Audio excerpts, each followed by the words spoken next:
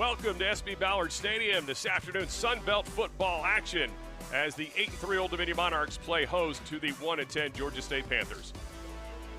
Good afternoon, welcome inside the booth. Scott Jackson, Andy Bashaw here as we get you ready for this one. A couple teams obviously that have a very different kind of years. Obviously Old Dominion, Andy coming off another big win on the road over Georgia Southern. Meanwhile, a tough road loss for Georgia State, who comes in here today just trying to end up on a positive note. As you look, the series history has obviously favored Old Dominion, including a win last year at Georgia State. But as we dive into the ones to watch, Georgia State does have an explosive wide receiver that's going to be playing on Sundays probably in the near future. Yeah, they definitely have some weapons, and you're going to start with weapons. I'm going to be on the outside with Ted Hurst. This guy is very likely game time decision. If he plays, he's going to cross the 1,000-yard mark as a receiver because he's that good. He's got size, he's got length, he's got speed, and he's good. He's got loyalty. They said he was offered money and he stayed at Georgia State because he likes it there. So this guy is definitely someone that could be a pain to anyone you're playing against. Meanwhile, for Old Dominion, it's their do-everything quarterback, Colton Joseph, once again. Yeah, and again, just the stats, the awards, everything just keeps piling up for Joseph. He gets you in the ground, he gets you in the air, and he slightly less than average game through the air last week, but the yardage, 189 yards rushing from a quarterback. He leads the team in rushing and carries and touchdowns and yards. I don't know what to do if you're trying to stop the guy. I mean, when you send more guys after him, he hurts you, you drop more guys back, he hurts you. I don't know what to do.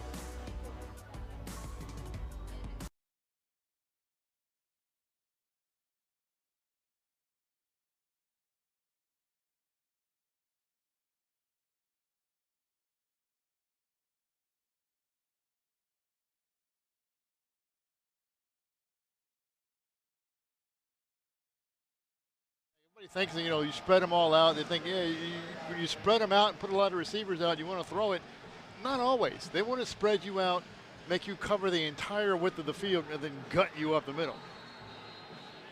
Kickoff temperature in the mid-40s, 45 degrees, mostly sunny. This, they're telling me, is the coldest home game, at least to start opening kickoff temperature. A lot of times those are deceiving because they take it at the start of the game, and it gets dramatically colder as the game goes on. And we'll have a touchback as the kickoff goes deep into the end zone and Old Dominion's offense. And Colton Joseph will get a look at the do-everything quarterback for the Monarchs and see what they have in store in this Senior Day game here. It's also the Oyster Bowl here at Old Dominion, 75th edition of the Oyster Bowl, which was really the only football game on this campus for many, many years when there was no football. Yeah, a lot of names played in that game. Roger Staubach played in that game with Navy. Goes back a long ways. Joseph out of the shotgun. Roche, the lone back. Butler, the kind of playing that fullback position, the tight end. Play action. Joseph over the middle. He's got his man Thomas. Spins away from a tackler. Is dragging him towards the 50. He's going to get pulled down right about at the 49, just shy of it. So a quick hit for the Monarchs on their first play of the game. That's an RPO glance route, little long slant, skinny post. Now he's reading the safety on that. He's judging the corner where his leverage is at start. You see down at the bottom, it's a pretty good cushion. But he's also looking at the safety, and it's a hat count in the box to know whether he's going to pull it or throw that slant. This time Joseph with a give, straight ahead. Roche pushing the pile inside to Georgia State territory. Pickup of about 3 yards on 1st and 10, so it'll bring up a 2nd and 7. One of the reasons it's so tough for this offense is because they get lined up quickly. They don't always snap it quickly, but they get lined up quickly, which means the defense also has to get lined up quickly, so you get a long time to look at what they're showing you. Another play action. Joseph again near side. Caught, bobbled, but then caught on the way down. No, dropped. Incomplete. Good defense on that side of the field. Tyson McCrary knocked it away from Ja'Cory Thomas for the Monarchs. Bringing up a 3rd and 7 now for Old Dominion.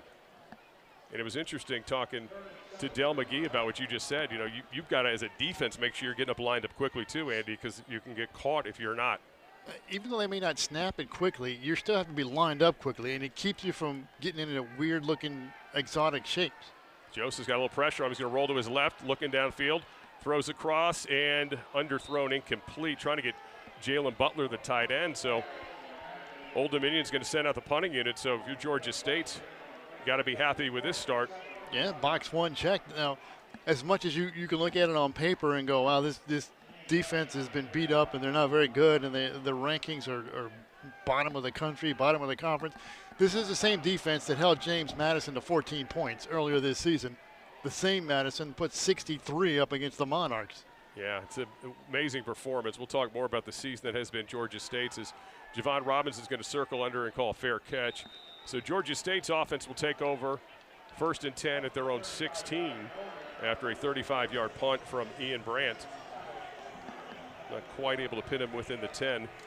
So we'll see what this offense of Georgia State has to offer today. Christian Veillere, who started last year against Old Dominion in a game at Georgia State. In that game, he threw for 211 yards, a touchdown, and interception.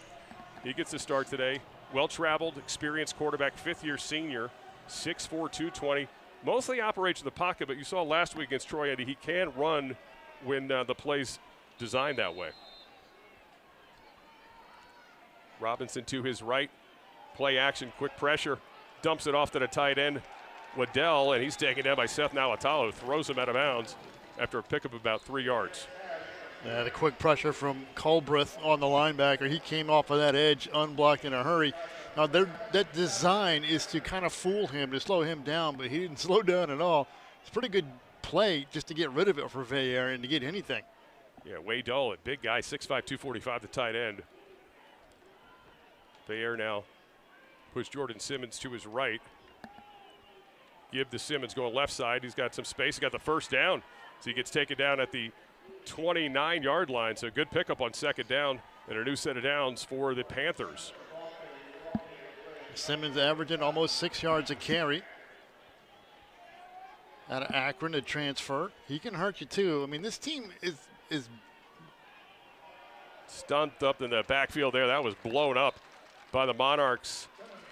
Chris Trinidad, no, excuse me, make that Mack come flying in there, and also Lynch and Jeremy Mack blew that play up as it was a no gain on 1st and 10. You look at the numbers in the record, they have teeth still. You can't just lay over and think they're just going to stop. Yeah, Ted Hurst here to the near side as the lone receiver to the right of Veillere. Again, give this time Robinson go wide, gets taken down. No, still on his feet, but he's going to get stacked up as the ODU defensive line comes flying through there, making the plays. It's Seth Nawatala. You also had Jaleel Colbreth down there, in addition to. It was DeAndre Lynch who gets the initial pressure. Lynch lost him, and then Colbreth cleaned him up. Colbreth was right off his hip, so both of those guys in quickly. A quick play, deep shot on 3rd down, and that's going to be incomplete. But I think we had a free play here. Illegal substitution. Defense, more than 11 players on the field at the snap. 5-yard penalty. Still 3rd down. That's why it was quick, because they knew the Monarchs were subbing, so they snapped it quickly.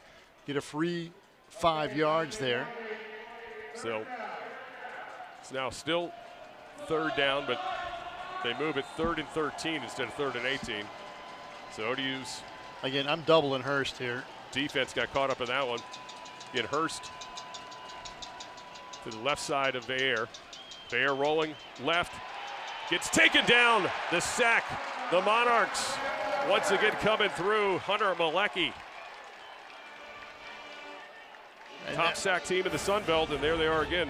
Interesting, they were going away from Hurst that whole time. I mean, he was looking right the whole way, and Malecki just flying through there. Not a whole lot of resistance on that offensive line. He gets flying in there. Hunter Malecki, 2.5 sacks, true freshman from Lorton, Virginia, South County High School. So that brings on the punting unit. And back to receive, it'll be Reed Chandley, the punter. Back to receive for Old Dominion, Devin Roche standing at his 43-yard line. Low snap. Chandley gets a high end-over-end punt. It's going to bounce at the ODU 38. Takes a Georgia State roll, and they're still rolling. It's going to be sat down at the 27-yard line. So a really good punt by Reed Chandley. I don't know how it stayed in bounds. That was a pretty precise punt to keep that on the sideline there. So Old Dominion defense answers the bell. We'll take a timeout. We'll come back and see the ODU offense for the second time. You're watching Sun Belt football here on ESPN+.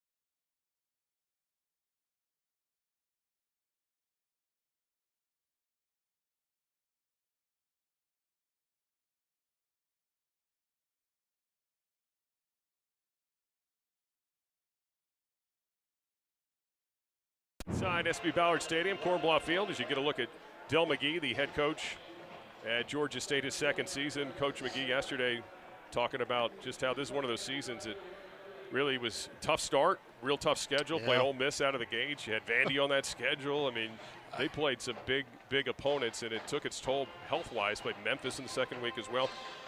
Old Dominion head coach Ricky Ronnie looking at his most successful season here at Old Dominion and looking for that 9th regular season win. And the ODU offense back out on the field. Colton Joseph out of the shotgun, got a man in motion. Naheem Abdul-Rahim Gladding.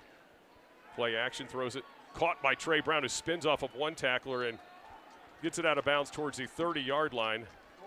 And they'll give him actually the 20 or make that the 31. So gain of 4 on 1st and 10. Yeah, we were talking with Coach McGee and that brutal start they had, early schedule. It started at Ole Miss and then played Memphis and you play at Vanderbilt. I was like, what did you take from that? What did your players take from that? And he said, well, we took a beating. Yeah, exactly. He thinks they lost about 22 scholarship players through that first month of the season. And obviously a team that's playing behind all year, but has one of the best performances, if not the best performance this season against James Madison by far in this conference at least. Out of the shotgun, it's Colton Joseph with Roche, who just picked up the first down on a 1st and 10 now. Give again to Roche, going to that right side, pushing forward, gets it to the other side of the ODU 40-yard line. So pickup of about 3 yards from Roche. Yeah, a lot of inside zones, a couple of split inside zones for the Monarchs. It's zone rushing attack like most are these days. They don't do a whole lot outside rushing-wise. An outside rush for them is mostly a screen. Give again to Roche, straight ahead.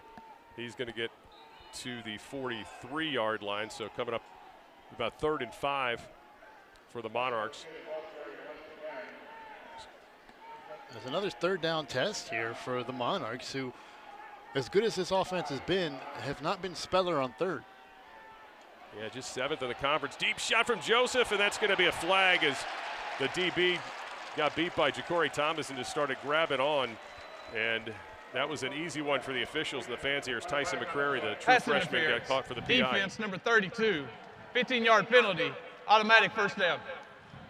McCrary made a nice play earlier in this game. This time, let's get another look at it.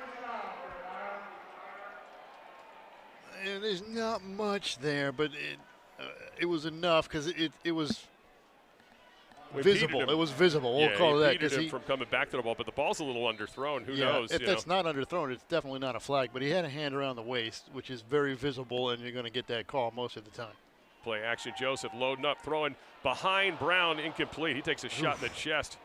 Good hit there in the secondary from Jalen Jones, the safety. Brown is still down on the ground. He kind of took it up in the sternum. I mean, that's the season has been, if Timeout Joseph is going to miss, he's going to miss high. And that time he missed high and behind, and Brown's reaching up for it, and he just took that shot right in the ribs.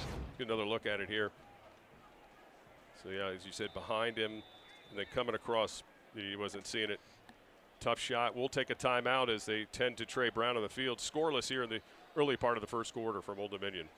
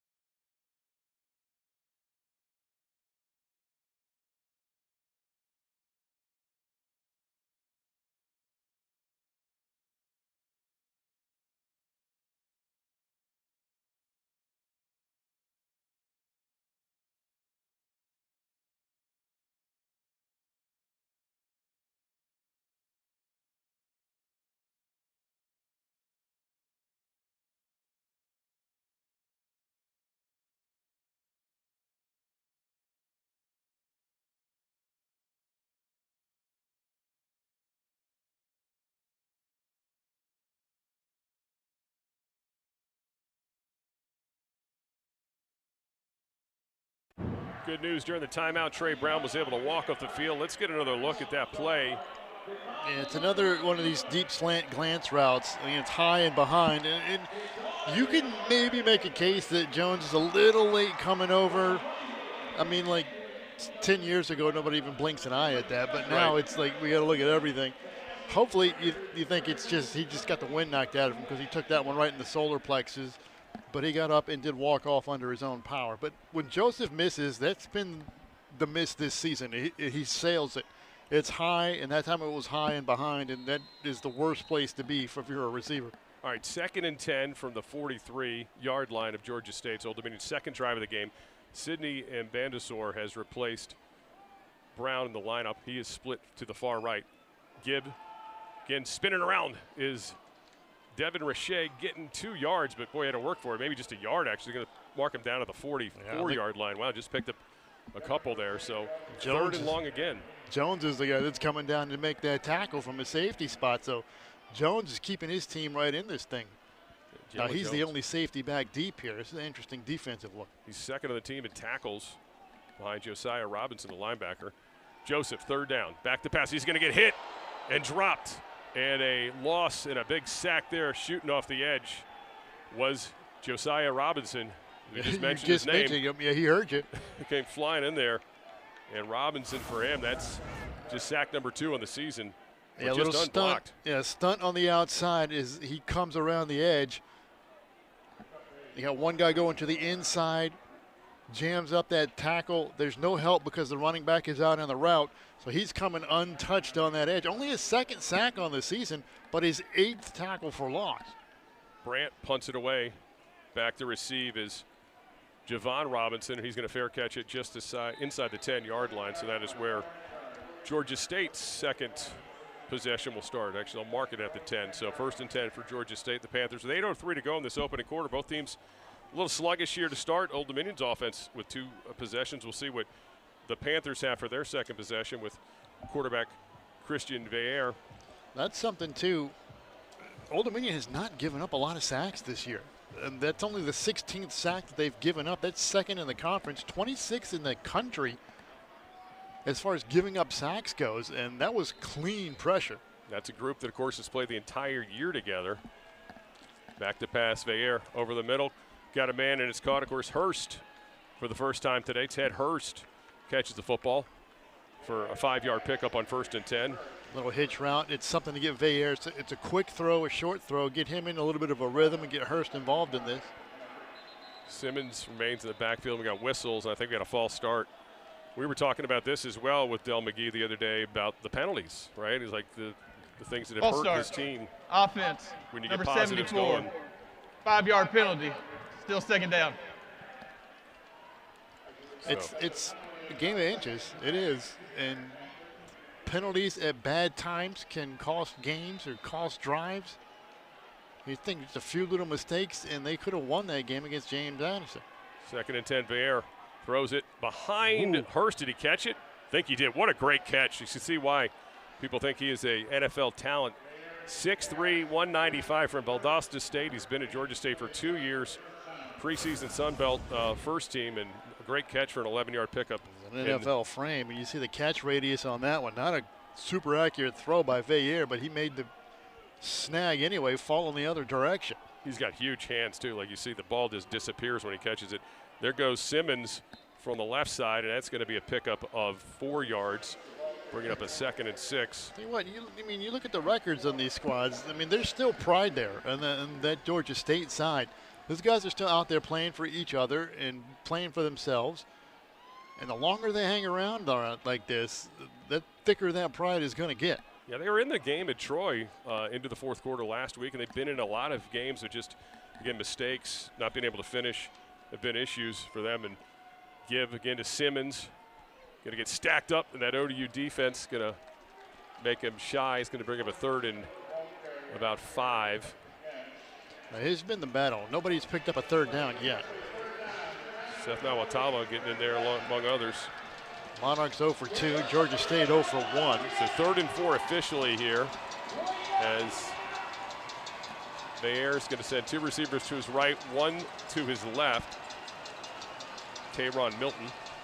And Simmons, the lone back to his right.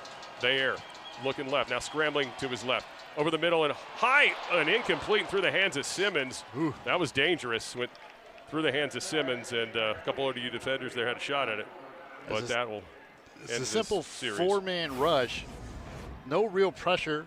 Just a stunt on the outside edge, but they still got it in his face, and Veillere had to throw that one quicker than he wanted to. Didn't get his feet set. Results in a high pass, and he's lucky coming away with being able to kick it.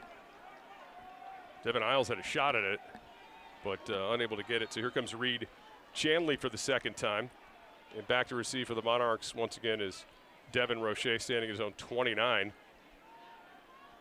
Chanley boots it away.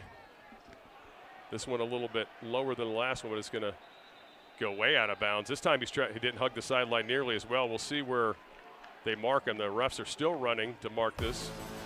That last time, wow, they're going to midfield. Boy, he really muffed that.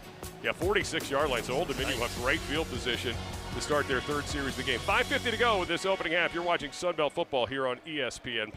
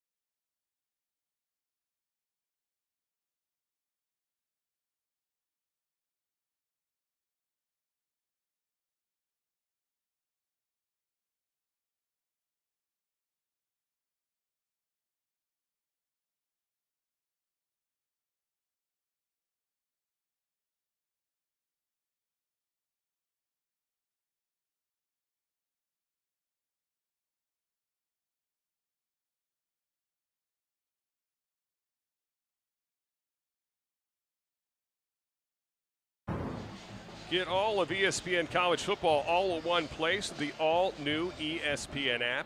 Unlock with the ESPN Unlimited plan or log in with your TV provider.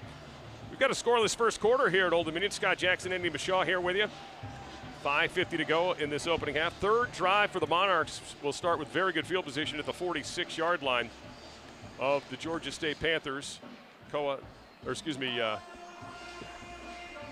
Joseph and company trying to get this offense going, Andy. They've really not had their usual success here early in this football game. They've been getting off to very fast starts as of late, but not here today. Sleepy. I think you call this a sleepy start offensively for Old Dominion. It has been, and Traquan Jones the back now. Fakes the pitch. Joseph going to his right, pushing forward, gets towards the 50-yard line. They'll mark him at the 48.5, so pick up about 3, almost 4 on 1st and 10 for the Monarchs. He'll take that on first down. Normally, if he's going to carry it, you want him, if he's going to take hits, you want him to get a little more than 4, but I mean, he runs like a running back. He finishes runs. He doesn't finish like a quarterback. He finishes like a running back. He goes forward rarely is he sliding or getting pushed backwards on a run. Jones to his left, Gibb to Jones, going straight ahead.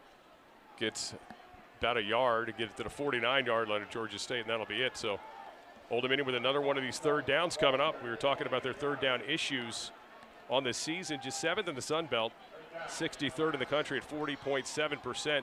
Meanwhile, Georgia State, the worst third down defense. And it's going to be stopped short. So Pickup Jones catches it. So he's going to be a yard shy. I would imagine the Monarchs will stay on the field and go for this one. So 4th and 1 coming up for ODU. Big fourth down test as they bring in some jumbo set here. Now this is something that Old Dominion has added in like the last week or so. They will bring in extra linemen. They'll bring in a defensive lineman in the backfield specifically for short yardage, because they'd had issues with short yardage down on distances earlier in the season, picking them up because everything had a shotgun. But here, look at all the beef they got out there now. Joseph, and that's going to be whistled. I think it's a false start. Yeah, the Monarchs got started a little bit early. Going to have to make a decision here if they're comfortable going for 4th and 6 at midfield or if they're going to punt it away. Offense, number 58, 5-yard penalty. It looks like we're going to see down. the Monarchs punting it away. Frustration on the ODU sideline. It's offensive coordinator Kevin Decker and Ricky Ronnie both. That one called on DeBose Bourne. But they brought in Minter, who is a defensive lineman. They will bring in defensive tackle in there as well. So they bring in a lot of weight and power in there to pick up those short yardage. But once it starts moving, it's hard to get it to stop. If it starts moving early, flags come out. Brandt just gets it away with a little pressure coming underneath it, but calling for a fair catch is Robinson at his own 15-yard line. So once again, the Panthers will start deep in their own territory, trying to get something going here offensively. You're a Panthers fan. You're going to be pretty proud of the way that defense has shown up early here. They have not allowed a whole lot of rushing lanes in there, and that's what Old Dominion prides themselves on, is getting those rushing gaps. When you get spread out across the field like that, there's no help in there. And if you don't win those one-on-one battles, there's no second level behind you. There's no cavalry coming. But today, they have won those battles, and they've gotten nothing on rushing so far for the Monarchs. 47 total yards for the Monarchs so far. Simmons alone back. Veyer back to pass. Loading up, deep shot. Got a man out here, two covered into deep in a double coverage, incomplete. And that was a shot to Derek Avery, the freshman from Alpharetta, Georgia. But good coverage there by the Monarchs in the back end. Frink was back there with some help as well.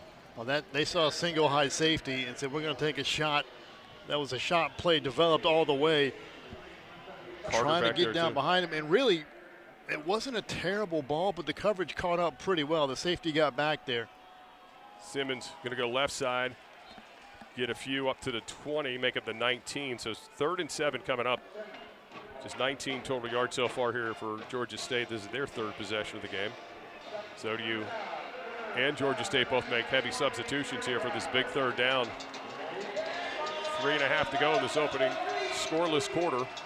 Other team wasting a whole lot of time between snaps. So Branson Robinson, the running back to the left of Veyer. Back to pass. Under pressure, Veyer just throws it away. Caught by Hurst, and he's got the first down and a little bit more. And being gang tackled there at the Old Dominion, or excuse me, at the Georgia State 29-yard line. But Hurst was able to pull it in. Now they, again, went with a single high safety, man coverage across. So they brought the pressure, and he gets rid of it just in time. And you see 12 there. That's the safety, the only safety the Monarchs had out there. And Jones, or Carter, and he's shading the direction of Hurst. He's already a half a step closer, but wasn't closer enough. And Hurst able to run a good route. And Veyer standing into the teeth of the pressure. He gets a good throw. Hurst here on the right side now. Back to pass. Veyer throwing left side, overthrown, incomplete. Trying to get it over to his tight end, Grant Hollier, but just overthrown. That was interesting. That time they brought Hurst in motion over here to the near side and tried to get him lined up away from that coverage perhaps, but they didn't look that direction. They went the other way to Hollier. That's more pressure on Veyer, and again, he's getting up off the ground after almost every pass attempt. So Veyer out here with a 2nd and 10. Ball sits at the 29-yard line of the Panthers. Jordan Simmons to his right. The lone back, he's got trips to his right as well. Give to Simmons. He breaks through a couple tackles. Going to be close to the first down markers, and he just gets it to the line to gain, and the chains will move. So a big run from Jordan Simmons, who is averaging about 5.5 yards a carry this season, going on 455 yards. A couple of weeks ago, he set a school record with a 92-yard touchdown run against Marshall. A little counter action, follow the big old lineman pulling from right to left that time. Opened up a big size hole for him. Simmons again straight through. Gets cut down this time at the 43-yard line. Starting to get a little bit of traction, these Panthers. Jeremy Mack came up and took him down for Old Dominion. So second down, they'll give him 2. 2nd and 8, we'll call it. Again, trips here to the near side right of Veillere. Simmons, the lone back. The lone receiver on the left side is Jalen Marshall. He's changing something at the line. He sees those 2 safeties are deep. ODU center blitz again, but gets it to his tight end, who's going to get taken down, Wadle. So Lane Wadle does catch it, picks up a good chunk of it. So 3rd down and 3 coming up. Line to gain the 50-yard line.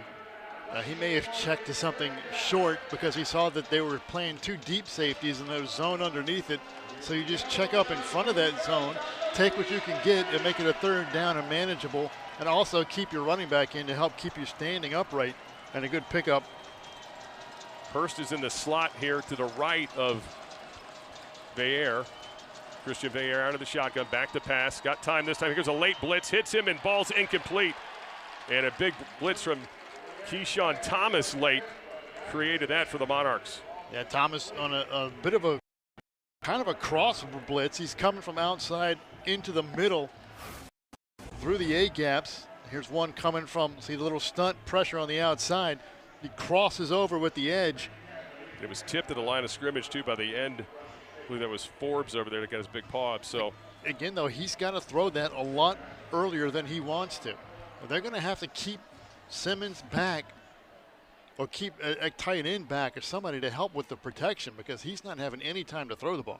Reed Chanley on the punt again. High end over end. Roche's going to let it bounce. The 15 is going to take a really good roll for the Panthers, and it'll settle at the Old Dominion 7-yard line. So that's where the Monarchs will start their 4th drive with just 44 seconds to go in this opening scoreless first quarter. This is kind of the game Georgia State's wanted to play. They're okay to play field position. Don't turn the ball over. Don't allow this ODU offense to get going. And Coach McGee was honest with it. He said, look, we want to shorten the game. We're not looking to get in a shootout here. If we're going to win this football game, we're going to have to make it shorter and certainly limit their opportunities. They've been playing really well up front. They're fitting their run fits, their run gaps. They're winning the battles at the line of scrimmage. And the Monarchs have missed a couple of opportunities. Joseph sailed that one to Brown. But other than that, it's just been good play by the Panthers D. Hargrove the back. No play action. Joseph loading up near side. He's got a man. Mbandasor, oh, he missed it. It's almost like he lost it for a minute. But Mbandasor had his man beat a little bit off the line of scrimmage. Sidney Mbandasor, who's in now for the injured Trey Brown, who took that hit earlier. You kind of wonder, he stumbled a little, and either he didn't think Joseph was going to go to him because of the stumble, or he just lost it in the sun. Yeah, it might have lost it in the sun because that is where the sun is hitting on that side of the field. Hargrove, Contravion Hargrove, the lone back. Play action to him, and over the middle, caught, and in through the hands, incomplete. As Gladding with a rare drop. As he gets it knocked away. Would have been enough for a first, but instead now 3rd and 10 for ODU, backed up here in a dangerous spot on the field. I think Jordan Huff had a little something to do with that drop too. He got his hands in there, raked it across before Gladding could bring it into his body. 5th-year senior making a big play there. His first career interception earlier this season at Ole Miss. 3rd and 10, Joseph straight drop.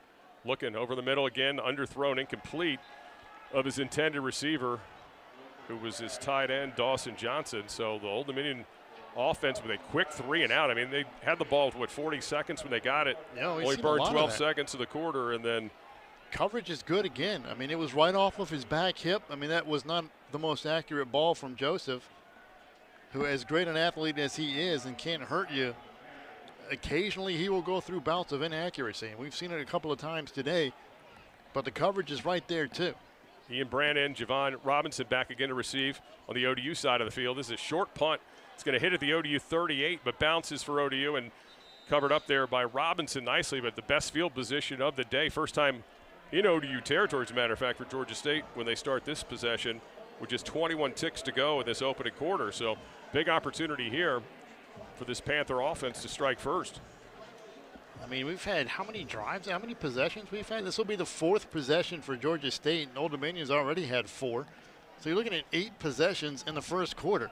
Yeah, ODU's got 4 possessions with just 47 yards. I dare to say that's probably the first time they've started a game like this. It's actually 47 to 47 Yeah. total yards, right on the nose. So Veillere in the backfield, Jordan Simmons, the lone back. They kind of got bunch formation here with a couple tight ends and 2 receivers, including Hurst here on the near side. Veillere goes left side behind the receiver and incomplete. And that was a little dangerous there as well, as he missed Kyle Washington. A little too much heat and behind the receiver. Yeah, it's a good concept. You bunch everybody up, and then you have the out on the outside. And if it's man coverage, there's acres of space between the receiver and the sidelines, and Veillere just missed him that time.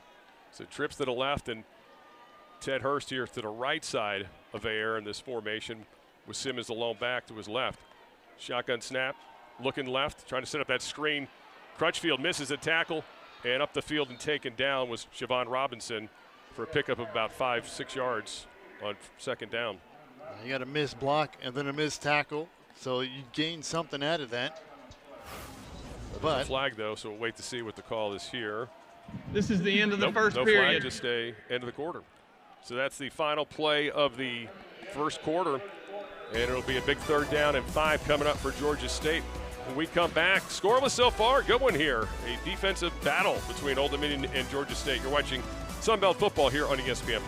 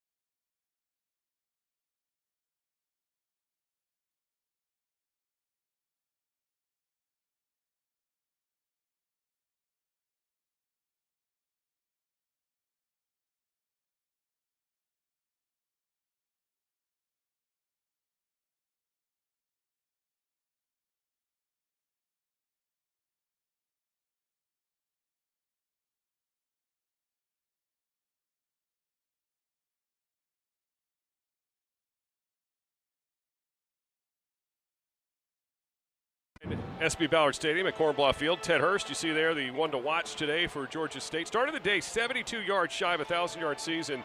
He's got 26 so far, so he's cutting into it, just 46 yards and 3 more quarters to go. That took a lot longer than it should have to figure that out during the break, but we got it. Our stats guy got it for us. So big 3rd and 5 coming up as they switch sides of the field. Georgia State has moved. Oh, boy. Oh, boy. We were just talking about this yesterday with Del McGee about the inopportune penalties. You had a 3rd and 5. Offense number 52. And I was just about to say, even yard if they penalty, don't get it, you got to think it's a 4-down territory spot. Yeah. But now you go back 10 yards. Still could be the case. But yeah, it still could be, but you got to get it about 8 yards here. So 3rd and 10 coming up. I'd say you got to get it 7, at least 8, maybe, to make that 4th down decision. ODU defense, by the way, that's their 5th straight game. They have not allowed an opponent to score in the first quarter. Big one here, 3rd and 10. Bayer out of the shotgun. Simmons to his right. Bayer fires, overthrows Hurst, incomplete, just a little outside the reach of his left hand. So a 4th and 10. We'll see what the decision is. Well, it's punt team coming out. That's pressure again, coming off of the edge. That's Giles, Fred Giles, right in the face of Veillere when he's trying to release that football. Just They're going to find some way to slow that down, or they're not going to be able to get many completions, not for very many yards. Yeah, they are just 46.9% completion percentage coming into this game, and it hasn't improved much as the Monarchs, as you mentioned, the defense has kind of kept him off his spots on a lot of big occasions here. Reed Chanley end over end punt as Roche is going to let it hit. It spins backwards towards the Old Dominion way, and it is downed by Georgia State. So the Monarchs will take over 5th possession from their own 18-yard line. It feels like there's been maybe 2 pass attempts of the 12 that Veillere has thrown that he hasn't been picking himself up off the ground afterward. Yeah, and it's noticeable too where the ball's coming. It's behind guys. You know, he hasn't really hit anybody in stride yet, and a lot of it has been based off of the pressure. It's crossers with linebackers. It's stunts. It's coming from different directions, and they're all getting home. And this is an offensive line that's been decimated by injuries at Georgia State. They got a lot of guys playing out of position, and you got to believe that has a part of this issue with picking up the blitz. Give the Roche going left side. He's got a little room out there. He's got the 20. Turns the corner. He's got the 1st down. Good run on 1st and 10 from Devin Roche. We were talking earlier about the Monarchs not always running outside often. Yeah, that's a rare sweep looking tendency breaker, right? First one they've run all afternoon today that went outside the tackles, and it worked. 12-yard pickup for Roche on 1st and 10. It's the Monarchs a new set of downs at the 30-yard line. 2 receivers to the left of Colton Joseph, 2 to his right, with again Roche the lone back. Give the Roche going straight ahead. He's going to pick his way for just about a yard, so 2nd and 9 coming up from the 31-yard line for the Monarchs. Jabril Rhodes, Nielsen running that one down from behind. But the one thing about this zone attack, hate to see that if you're the Monarchs. that's the left tackle. Come out for an injury to the offensive team. Dealing with a hand injury. Now he's on the ground. Zach Barlev, this is an offensive line again that's played the entire season together. You hate to see that. We'll get a timeout, see how Zach Barlev's doing. It's a 2nd and 8 on the other side. You're watching college football here on ESPN+.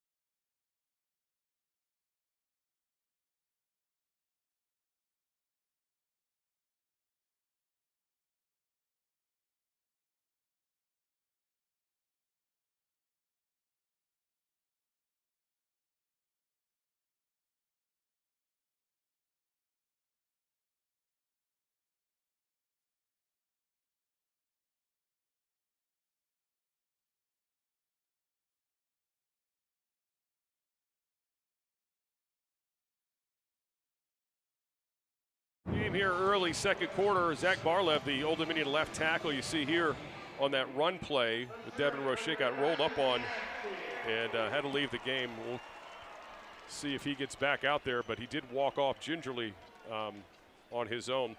By the way, with that rush, ODU's broken the single-season rushing record as a university, 2,568 yards record that stood since 2016. So, been a good year on the ground, and they'll see if they stay that way here with a 2nd and 8. Give to Roche, finds a hole, gets it up to the 34-yard line. So that'll bring up a 3rd and 6 for the Monarchs. Barlev able to walk off, limp off, mostly on his own, so hopefully he'll be able to come back. A lot of teams have gone to having everybody wear knee braces. Play action, Joseph, a little pressure on, throws it. Here far side, he's got Thomas, batted away, and flag comes in. And Deuce Walker, he looked a little guilty. I mean, he immediately looked for the flag, and the referee's obliged and threw it. It may have been that offhand because he got the one up there that knocked it away, but where's that other hand as that ball's coming down? Referee's talking it over, although the ball, they're taking it back to the original line of scrimmage to mark it off. I don't think the Georgia State sideline liked it too much. There is no foul for pass interference on the play. 4th down. All right, Georgia State's sideline was protesting. I got to say, when I saw it live initially, I thought it was relatively clean. You just look where the other hand is. Looks like both people are, both players are kind of hand jockeying, yeah. Well, he did get a grab there. He's grabbing his. Pulling his sleeve. Then punches it away. Good play by Walker, but I think it was the reaction after the play. I've seen less get called. He's kind of looking back like, is it going to get thrown on me? And then they did, and then just to pick it up. So looks like it started as just regular hand fighting, and then it turned into some grabbing. And Brandt's punt is going to go settle down at the 32, 33-yard line of Georgia State. So that's where the Panthers, once again, defense doing a great job here today on Old Dominion's high-powered offense has really been kept in check. He's put it on the sideline his last couple of punts. The first one, he landed, that thing rolled like 10 yards. Looked like a 9-ball going down the rail to the corner pocket. Last one, he shanked out of bounds. That one's a little better, but. So here comes Christian Vieira trying to get something going for this Georgia State offense, but the defense so far is pitching a shutout, as is Old Dominion's. Simmons in the backfield. The offense has ate too much turkey. Been a little sleepy for both offenses. Simmons, right side. He's got a hole. He's got a little pep in his step there as he gets it past the 48-yard line. They get the 47-yard lines where they're marking down. So 15-yard pickup on 1st and 10. Starting to feel like that recipe, isn't it? It's starting to feel like, you know, field position, controlling the game, shortening the game, staying alive, staying in it, starting to feel like that recipe for an upset. They are back to pass over the middle, short pass caught, turning and getting upfield and diving forward is Jalen Marshall. So another first down as the ball sits just shy of the 40 of Old Dominion's. So suddenly Georgia State with a little tempo to their offense and on the move. That'll be 6 first downs for the Panthers, only 4 for the Monarchs so far. I've not seen Ted Hurst to start this drive. He is over on the field with his helmet on, standing next to the coaches. Give Simmons right side again. That's where he had success earlier. Pulls away from a tackle and gets dumped down at the Old Dominion 34-yard line. So good run there by Jordan Simmons, the 5th-year senior from Marietta, Georgia. Started his career at Akron. He's churning up some yards. They're going heavy here. They're going with a much bigger formation, bigger personnel groups in there. So 2 receivers here to the near side, 1 to the far, and again, Simmons remains a lone back. Tight end on the left of the formation as well. Give Simmons straight ahead. First down and more. He could take it. Going to get past the defenders. He's got a couple that have a shot at him. Going to take it down right inside the 4-yard line. Big run from Jordan Simmons as it's 1st and goal for Georgia State. Well, if you can't protect your quarterback, what do? You run it. You slow down that rush by running it. Look at this inside zone. He just finds the seam and gets through. Gets past the 1 defender on the second level. Throwing towards the end zone. Caught. Yes, and that's a touchdown as he finds Derek Avery Jr. The freshman gets the game's first points Bayer to Avery Jr. makes it a 6-0 Georgia State lead. And going quickly, too. They weren't waiting. Old Dominion still reeling a little bit after having given up the big chunk to Simmons. They come right to the line. Just a simple fade pattern. He sees man-to-man coverage, puts it up in the air to that back pylon, and let the freshman go get it. Liam Rickman coming on to kick the extra point for the Panthers, who have silenced this Old Dominion crowd here, scoring first with 11:26 to go in this second quarter. Rickman's extra point is up, and it is good. So Georgia State strikes first here today. 11:26 to go in the opening half, and the Panthers on board. Bayer to Avery Jr. over the tight coverage, and the visitors looking to pull off a big upset here today at Old Dominion.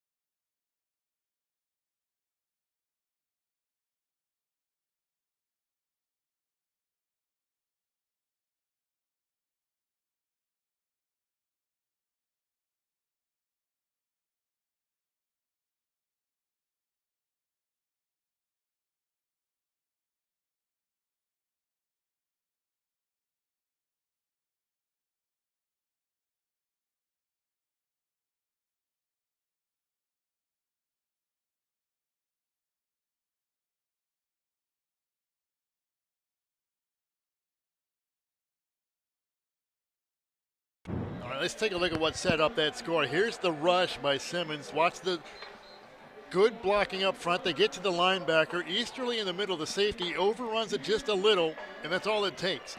Good job of getting to the second level, getting a hat on that linebacker, and here's the play, the touchdown. It's just a straight fade route. Both of those guys, Avery and Devon Isles, both listed at 6 foot, but it looks like Avery is a little bit bigger than 6 foot. He goes up to make that catch.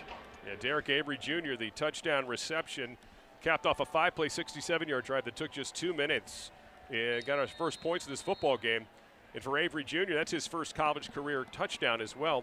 The freshman only had 1 catch coming in this ball game, but a big one today for Georgia State. If they could pull off this upset, as they are up 7-0. ODU's offense has done next to nothing so far. By the way, this is the first time ODU has trailed since that James Madison game in that second half. And the touchback on the kickoff. So see if the Monarchs offense can find some rhythm. And that momentum, that little spark of pride starting to get a little bit brighter. Everybody wearing that Panther on the side of their hat. Look here to see who comes out at left tackle for Old Dominion. I do not see Zach Barlev breaking the huddle. It was Duggan, who was the transfer from Virginia Tech. It is Griffin Duggan, yep, 68. We'll slide over for Zach Barlev. Yeah, you see him down on the sidelines. He's got his helmet on. He's still limping around, but he's walking without any assistance. Travian Hargrave now leaves the backfield out of motion. Empty backfield for Joseph. Standing back, throwing over the middle. Intercepted right to his man. Jalen Jones taking it the other way. He's got the 20. 15, makes him MS-10, gets cut down. We got a flag on the return, but that should be a Georgia State interception. Jones looked like the intended receiver. When he misses high. And that was very high. He was trying to go to Gladding over the middle. He airmailed it right into the chest of Jones, right between the 2 and the 3. Jalen Jones with the pick. Let's see what this flag. Here in the return, personal foul, illegal blindside block on the intercepting team, number 99, 15-yard penalty, automatic first down. Still great field position for Georgia State off of that. And they were back in coverage, not much pressure. Joseph had good protection. I mean, he's in the middle of a lot, but there's no pressure on him. And either Gladding may have slowed down on the route, read something different, or he just airmailed it. A lot of white jerseys in that area, and went right into the stomach of Jalen Jones, the sophomore from Matthews, North Carolina. They could have been a little bit of both. Yeah. They were back in coverage on that. They're not sending a whole lot of help, so there was a lot of white shirts in the secondary there. Gladding coming across the middle. Looked like it may have been a dig route. And that, I mean, the accuracy there was just, it was not close. So takes him all the way back to the 40 with the penalty in the return. Thayer going to give it to Braswell, going up the middle, sneaks through a couple defenders, still pushing.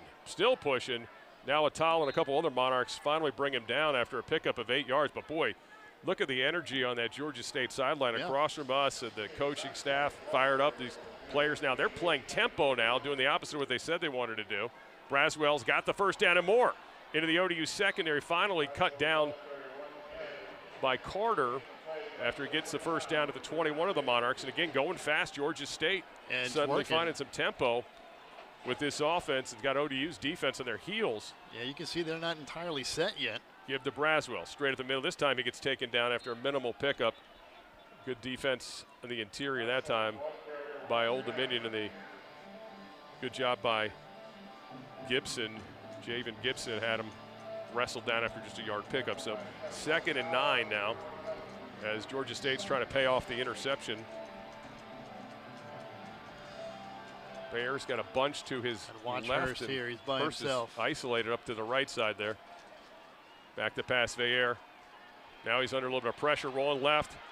Throws here near side, caught by Robinson. Now they're going to say he didn't catch it. He trapped it incomplete. He looked that way. He looked to Hurst. They were trying to get it isolated. May have been an option route.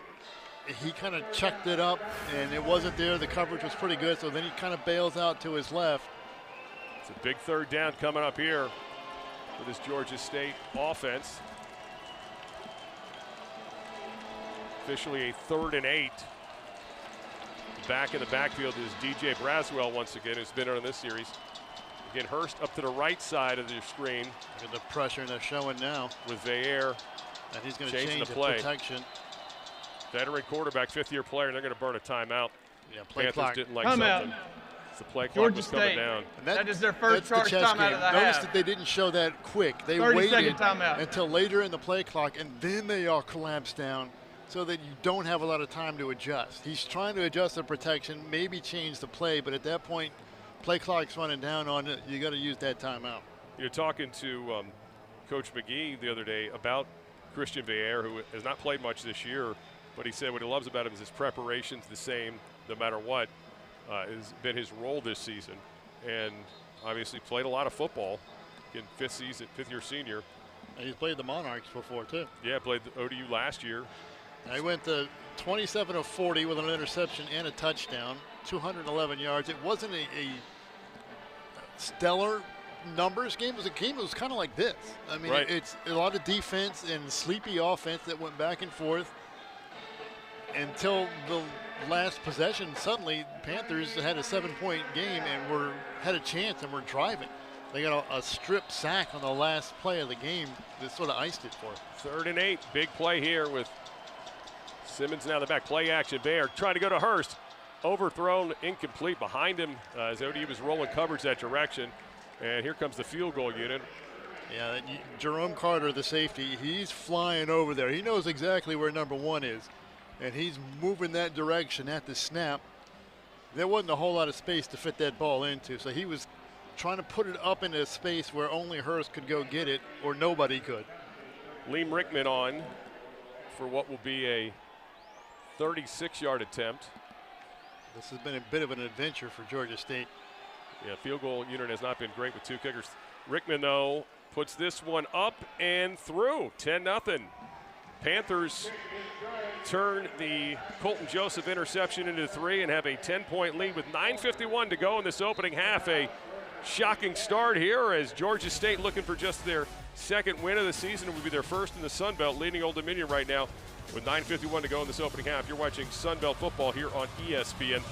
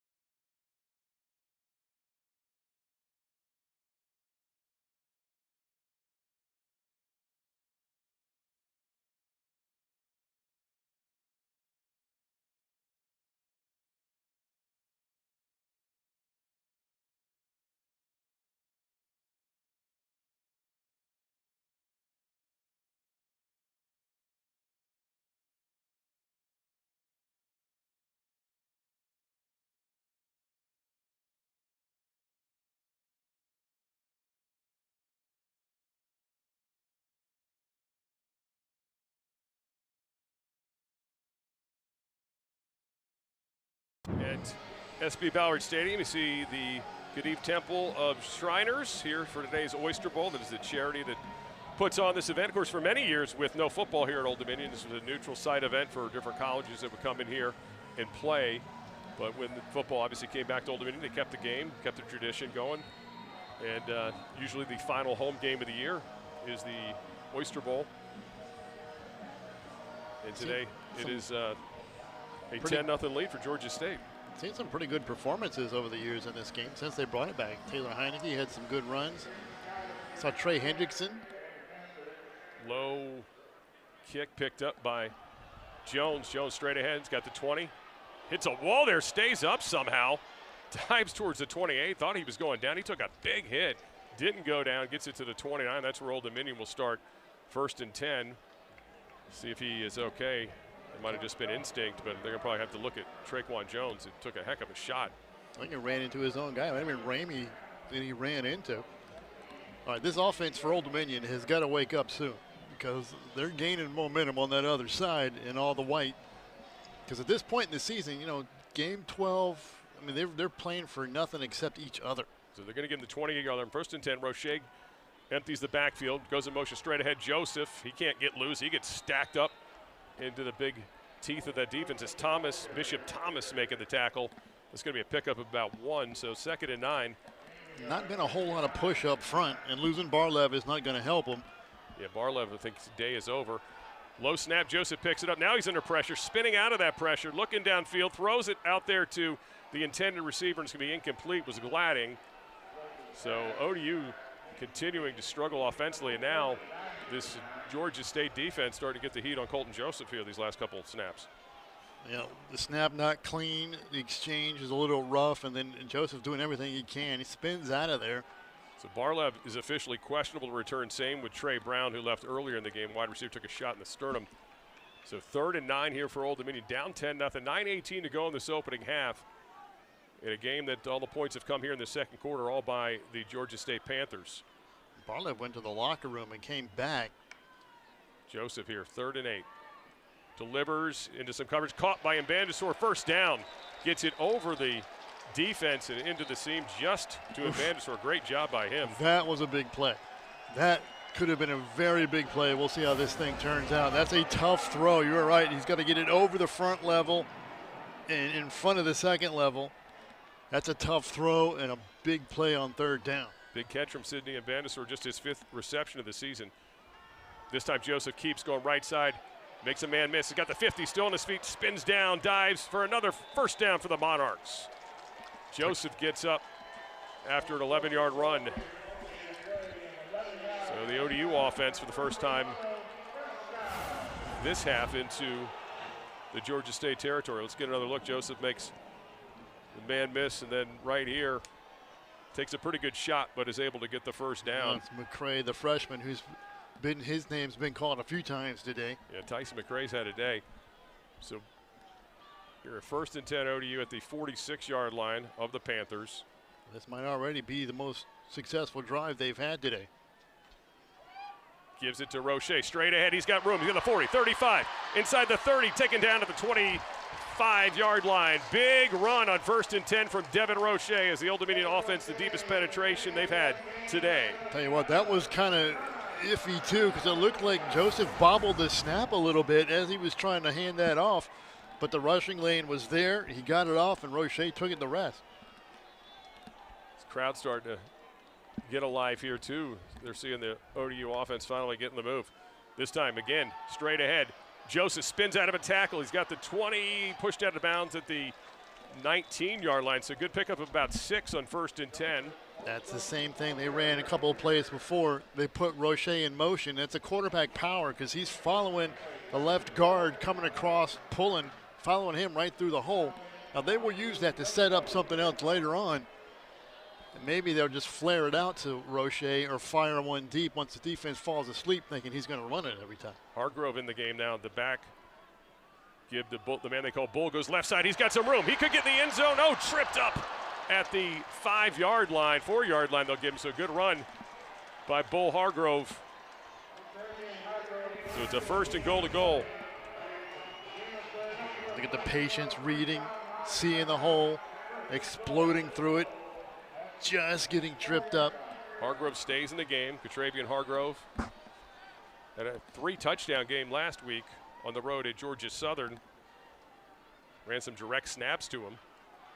Now he switches to the right of Joseph. He's got 2 receivers on each side here, and a 1st and goal to goal for the Monarchs. Fake pitch. Joseph spins, diving towards that end zone. He's going to get stacked up maybe at the 3-yard line they'll give him. So just a minimal pickup.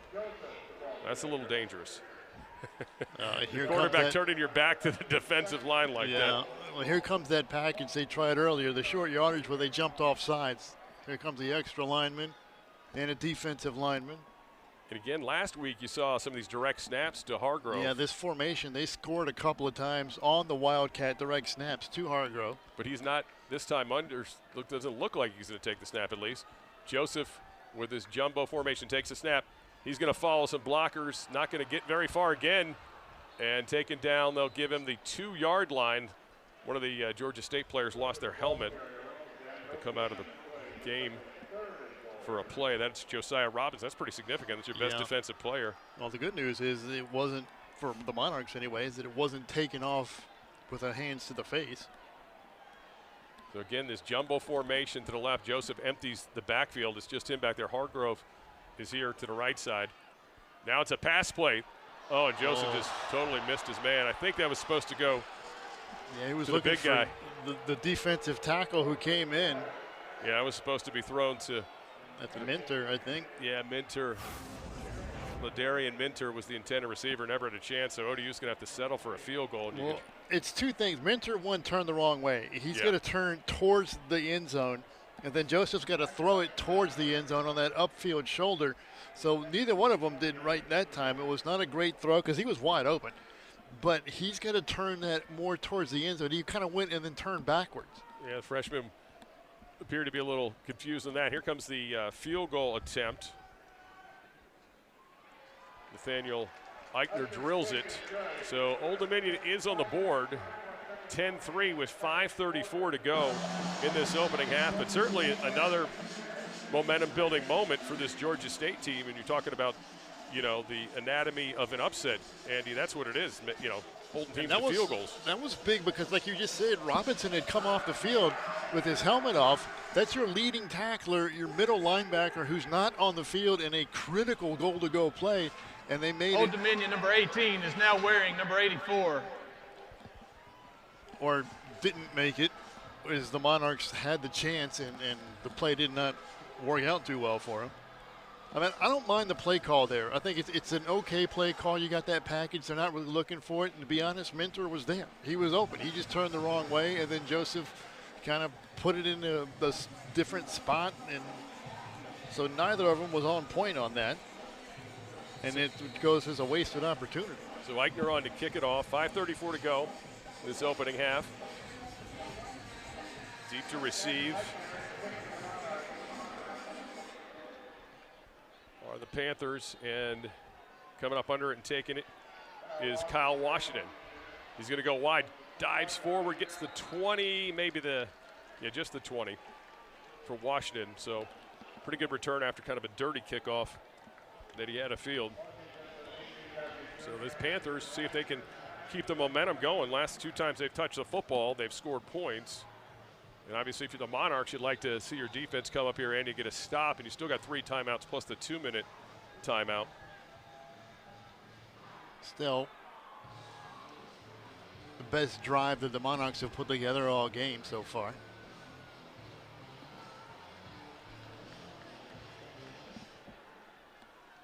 Bayer out of the shotgun. Simmons the back, gives to Simmons, and he gets taken down by Forbes after a no gain. So good defense there up front for the Monarchs. Chris Forbes, redshirt freshman, met him at the line. The Monarchs have got to adjust to this tempo that Georgia State has come out with, and it's been effective a few times. Jordan Simmons, the lone back. Now Robinson's going to flip sides with Jalen Marshall, a receiver. As soon as I say that, we're going to slow it down and shift exactly. around. Now they're totally going the other way. I think they saw the same thing I saw, which is the time in the half. You don't want to give ODU too much time left if you're not able to get a first down. They got trips to the left of Christian Bayer. He's back to pass, looking to his right. Almost picked up, is picked off. Brought in by Seth Nawatala. Did he lose it going down? No.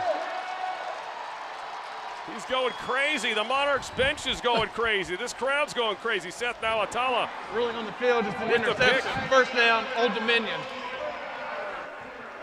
Get another look at this. Be his first pick if he gets it. He got a hand on it, and then it went off of the tight end. It's like it's hard to tell from that angle if he came down completely clean with it, but it never hit the ground, I don't think. So Vayer's trying to get this out in a hurry. I mean, he was right there. Vayer's trying to put it on the outside shoulder. Now Atala reaches over, gets a piece of it, and then Wadle gets another piece of it. Good to go. As the ODU offense is out there, the refs give him the all-clear sign, so they got a quick look at it, and he survived the ground. So what a big play for this ODU defense to set up the offense with a short field. Here goes Roche up the middle. Got to get it inside the 10-yard line without set up Old Dominion first and goal to goal. Now Old Dominion's got that momentum. They're starting to feel it, and it's coming back the other direction now. Roche remains the look lone at back. this. Now they're going to split out. DeBose Bourne, the right tackle. Could be a screen. No, instead straight ahead. Roche breaks a tackle into the end zone. Touchdown, Old Dominion with an extra point to tie it up. And it's all designed to do that. It's designed to empty out that box in the middle so that there's nobody home when Roche gets through that first level. So the second career interception from Seth Nawatala sets up the short field, and Devin Roche cashes in for Old Dominion. And now there's extra one point away. linebacker there. Everybody's outside. There's no help in the middle. Kendrick Walker's the only guy back there in the box. He gets blocked and picked off, and then there's nothing but fake grass with a blue spots on it. 9-yard touchdown run. Snaps a little high down, and Eichner is able to boot it through. So we got a tie ball game with 4:16 left in this opening half. ODU, after going down 10-0, has scored 10 unanswered. And you can see how fired up that sideline is as they're celebrating with Devin Roche.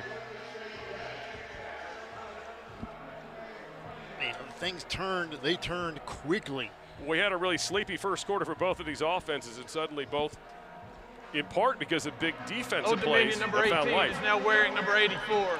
So ODU will kick it off. Still a lot of time left in this opening half. Georgia State has 2 timeouts with 4:16 left in this half and the 2-minute timeout. Old Dominion still has all 3 of theirs as we are back to even here, 10-10.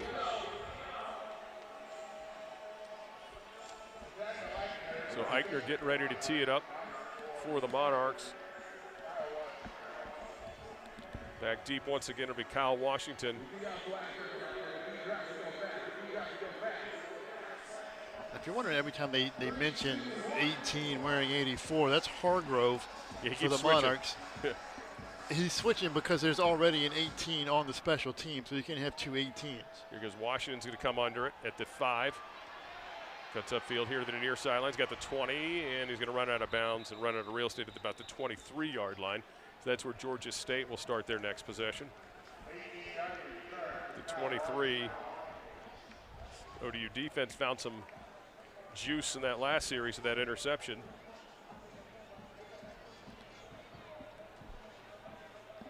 So here's a critical possession for Georgia State, who worked really hard to get that 2-score lead and had it evaporate inside of about 2.5 minutes.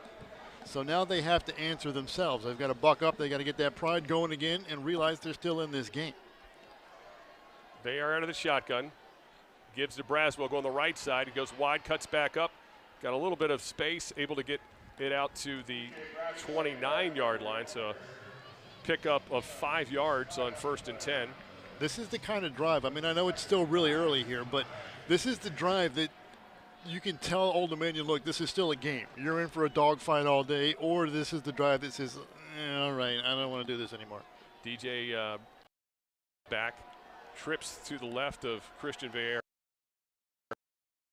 Straight ahead, pushes towards that first down marker, and he is going to get just on it. So they're moving the chains. So good start to this drive for Georgia State with 2 good runs from DJ Braswell, the transfer from South Carolina, redshirt sophomore. Came into the game just with 18 carries in the season, getting some significant work here early behind Jordan Simmons.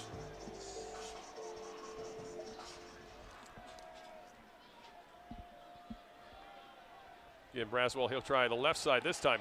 Makes a man miss, gets in the secondary, gets cut down at the 38-yard line.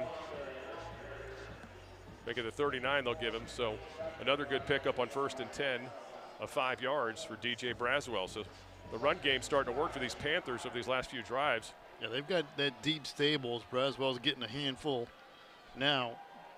Simmons, and they're still down Rashad Amos, who was a pretty good back himself, but he's been injured. Again, Braswell straight ahead. This time it's wrapped up quickly. Swallowed up by the Old Dominion defensive front, as that was Ahmad Foster who got to him quick, the redshirt freshman. Now, that was a big play because now you're putting them in an uncomfortable 3rd down situation. 3rd and 4 is different from 3rd and 2 or 3rd and 1. Foster was ready for him, shed his blocker, and was right there. That being said, playbook is still pretty open, and you still have number 1 down here on the near side. And they've got Simmons back in the ball game. As you mentioned, Ted Hurst back in here on the near side. Bottom of your screen, but they're going to let it run down to the 2-minute timeout smartly. So 2 minutes to go. This is the 2-minute timeout In this opening half. We got a good one here, 10-10 between the Monarchs and the Georgia State Panthers. We'll take a timeout as well. We'll come back for the final 2 minutes of this opening half. You're watching Sunbelt Football here on ESPN+.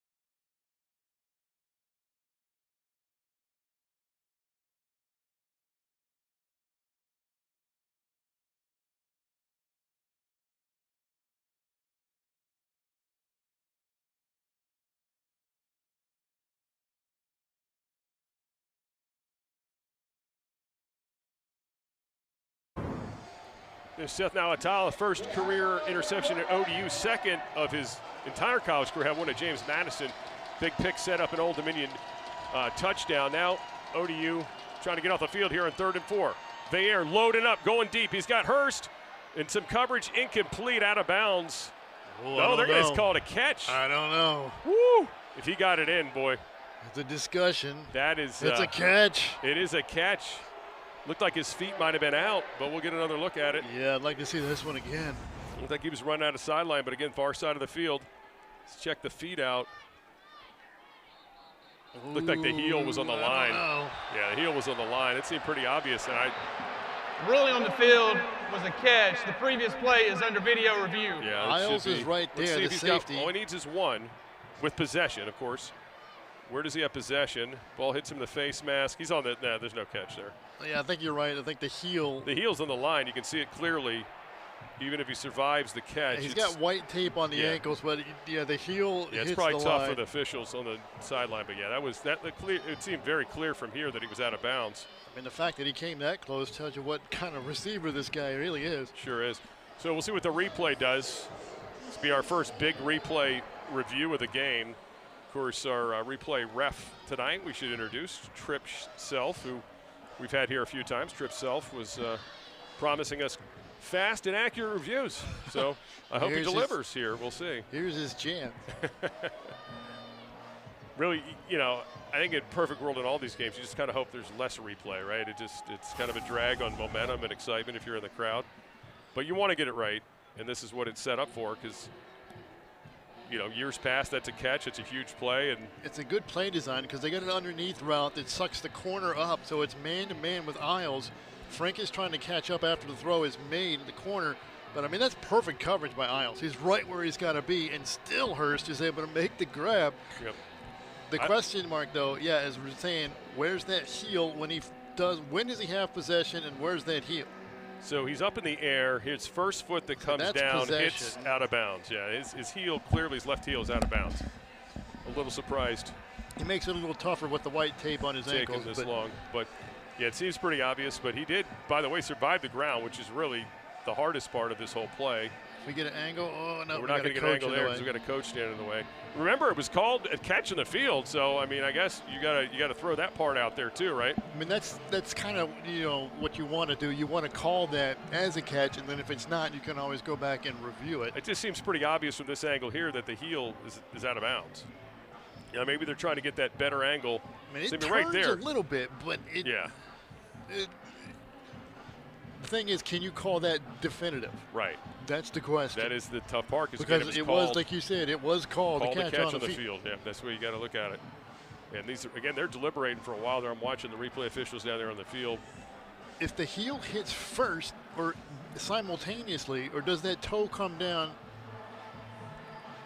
We need Gene Sarator. That's right. Well, that's the other part tee, right? Is it they're going to say the toe is down for the heel and the control, but I think you still have to survive the ground, right? I mean, does he have full possession, I guess, is what it's going to come down to. Is that what they're going to say? Correct me if I'm wrong, but I believe the rule is you have to, if the only foot touching, you have to have the whole foot. After video review, the ruling of a catch is upheld. First down, Georgia State. They're going to give it to him. Big play. They're going to say that the toe got down. Huge play. So that's got to be what they're saying, or that either they could not tell. Or they couldn't prove it because that one coach, it was in the way. Or is that actually, that might even be the Georgia State sideline reporter that blocked it out. I think it's a Georgia State sideline reporter. He may have made the play of the game right there. That might be the play of the game. So Georgia State. That was going to be the best view of it. Right there on the sidelines. They had it good frame, and then he's in the way. First and 10 at the Old Dominion 31-yard line, 1:53 to go in this opening half.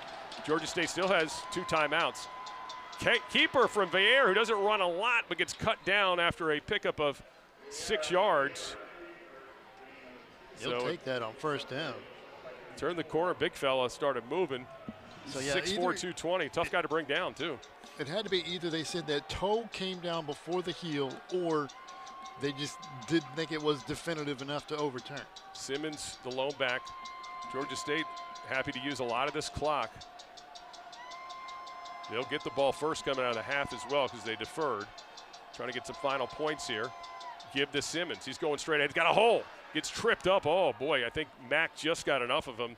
Jeremy Mack got a hand on that foot to trip him up, but he got enough for the first down, so the clock will freeze for the moment while they get the chain set. Now starts running. 1:10 to go and moving in this half. Again, Georgia State does have 2 timeouts. They want to use them. Old Dominion sitting on their 3 timeouts. Simmons to the right of Air. Give to Simmons. He's going to be held up after just a minimal pickup, about 2 to 3 yards, as he's taken down by Forbes, Chris Forbes. I said this was going to be the drive that, sort of defines what this is going to be going forward. Either we can take a punch, but we're still here. This is going to be a dogfight, or we're going to roll over. Well, they have not rolled over. 2nd and 7. Again, clock still moving. 32 seconds. Getting a little casual here with the clock. See if Georgia State puts this one in the air. But no, again, Simmons right side, and he's going to get held up shy of the first down.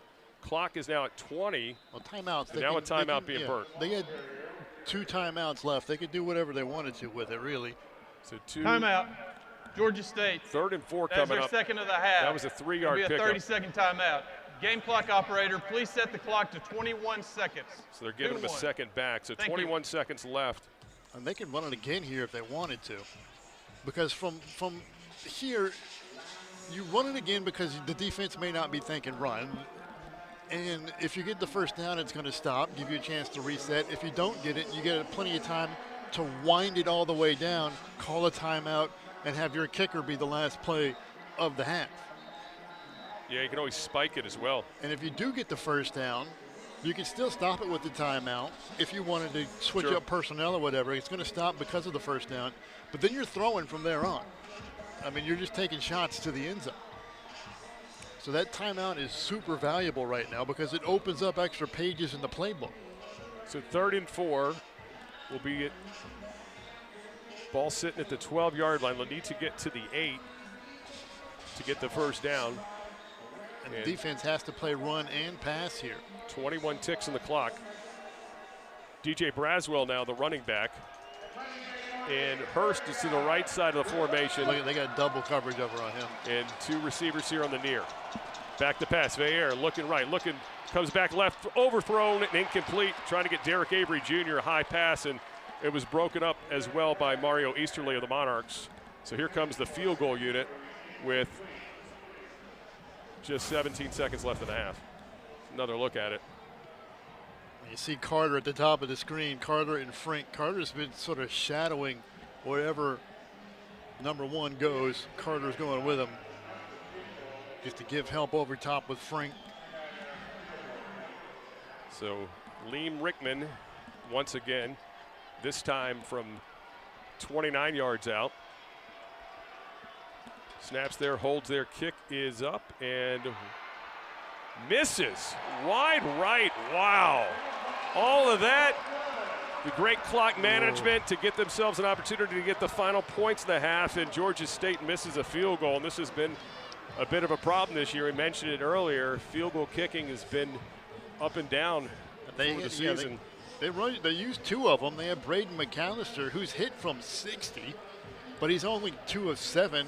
And then Liam Rickman was 4 of 7 coming in. He's 5 of 8 after he made that first one, but I don't know about that. It was a clean snap. The operation looked good. It just pushed it wide right. Started right and stayed there. So ODU will take a snap. They're actually in a formation. We'll see if they actually try to put one in the air here with just 12 seconds left, or just to give to Roche, and it is. Straight ahead, Roche. Devin makes a man miss, coming here to the near side. He's going to get out of bounds at the 30 before the time expires. He does, so preserves 6 seconds left of the clock. See, you do that, and now it opens up the playbook a little bit more. You get another 5 to 8 yard out here, get out of bounds, stop the clock, and then you're in Hail Mary range. We hope you get a defensive penalty, too. Yeah, there's also that. But again, Roche straight ahead. Diving forward, close to the first down marker, and that'll be 1 tick left, and ODU is going to burn it one last timeout. Yeah. Or did they? Nope, they did not. Oh, they stopped it for the No, first they stopped down. it for the first down, so that'll get us to the locker room. So All right. good for Roche's average, 2 carries, 20 yards, but no harm, no This is the foul end of the there if second you're Georgia period. State's defense. So that gets us to halftime, where it is a 10-10 game. Been a good one here. Georgia State hanging tough, looking for that first Sun Belt win of the season, the final week of the regular season of the Sun Belt. Stick with us. We got halftime highlights and stats straight ahead here watching Sun Belt football on ESPN+.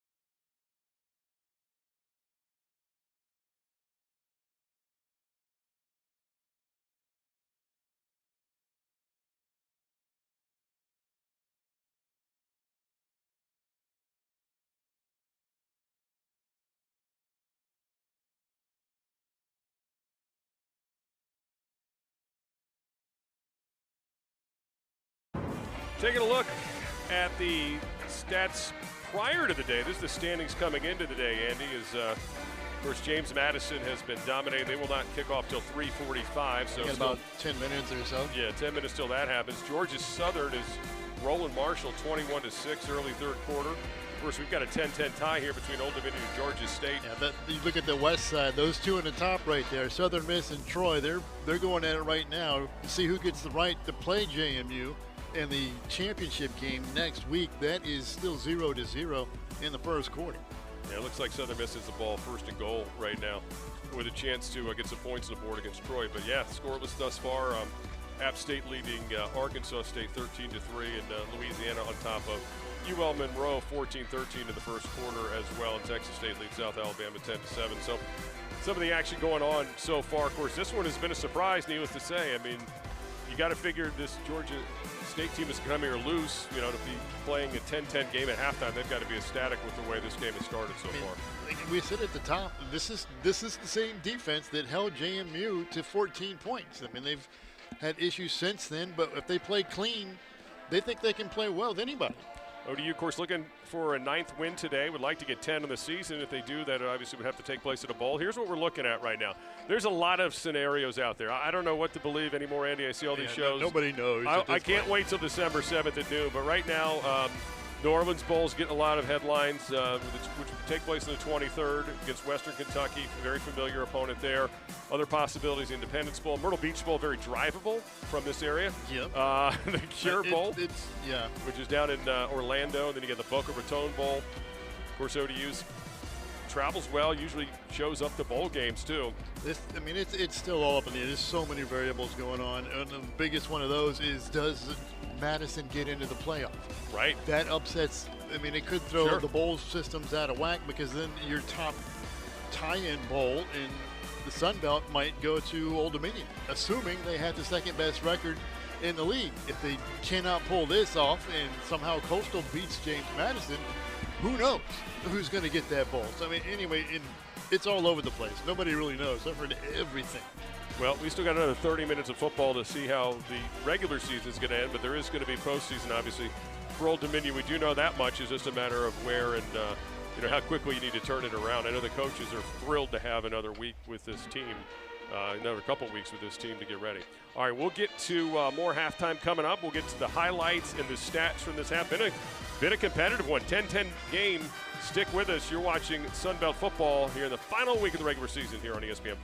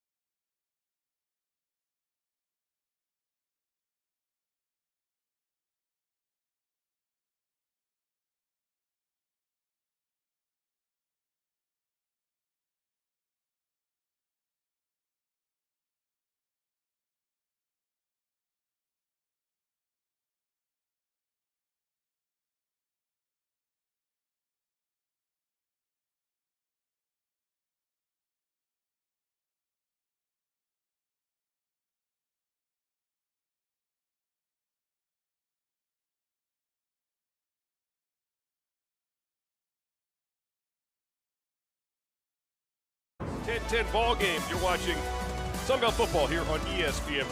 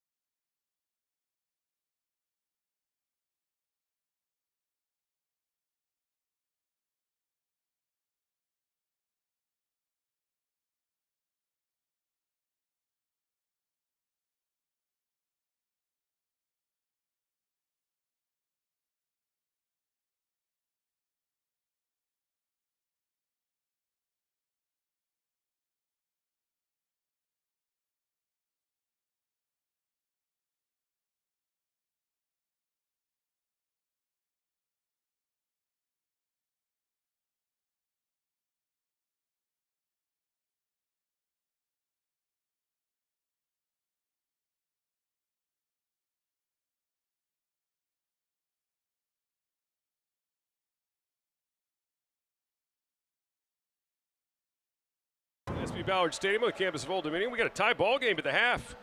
It has been a little surprising, needless to say. Scott Jackson and Andy Mishaw here as Old Dominion and Georgia State played a scoreless first quarter, and then Georgia State jumped up on the Monarchs up 10-0. And early going, it was all about the defensive and the defensive pressure, the penetration, getting into the backfield as Colbert makes a big play. Bayer felt like he was getting up after every pass attempt, getting up off the ground. Malecki gets in to get the sack there. Not just the Monarchs, though. Pressure coming as Joseph gets hit from behind. He got a sack. So how do you slow down the pressure? See, there it is again, coming in, getting tipped balls. How do you slow down pressure? You get the running game going. That's what Georgia State did. Big run by Simmons, got things rolling for them. Quickly they use tempo to get back to the line, and they find the freshman, who they say is 6 foot, but he looked a little bigger than that to me. But he makes that grab there, and suddenly Panthers strike first. Monarchs trying to do something.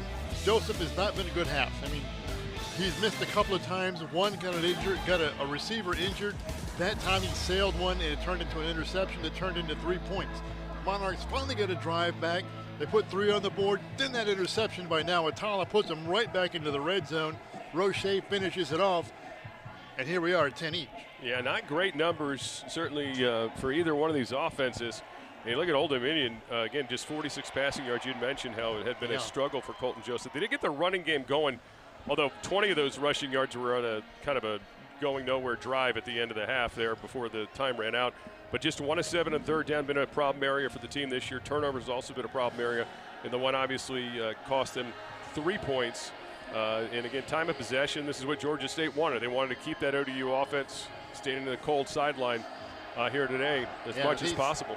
228 yards, almost 229 yards a game passing for Joseph, and he's got 46 yards in that first half.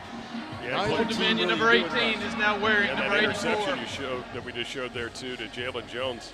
But it looked like he was the intended receiver. So see if he can get back in a rhythm here in the second half. ODU will be kicking it to Georgia State. So the Panthers did have a shot to get 3 before the end of half, but missed the field goal after a 39-yard pass play, or 29-yard pass play to Ted Hurst that replay upheld. But boy, it was close.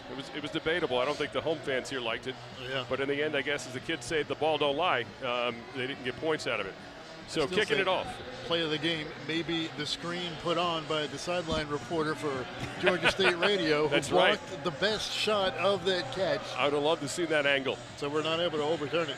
But 55 yards for Hurst, including that one in the first half. So that he needs, what, 22 more, something like that? Yeah, he was close coming in. So he's 1,000. Closing in on it right now.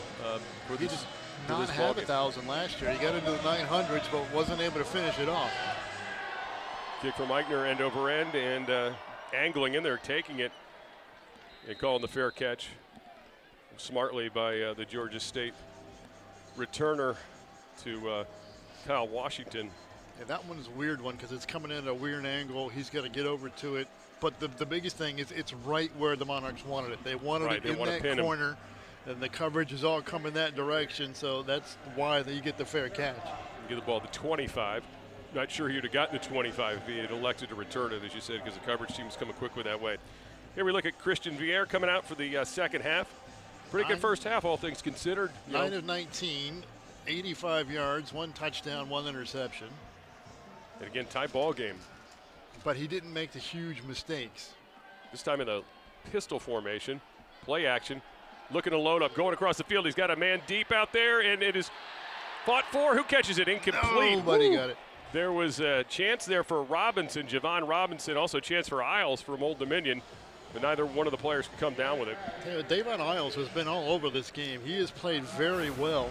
Keep an eye on Frank as he's looking like he's grabbing his hand. It was Frank and Isles both in coverage for ODU. Ball kind of hung up there. Isles actually had a better shot at it than Robinson, but Robinson almost stole it from him, didn't he? That was a fight all the way to the ground.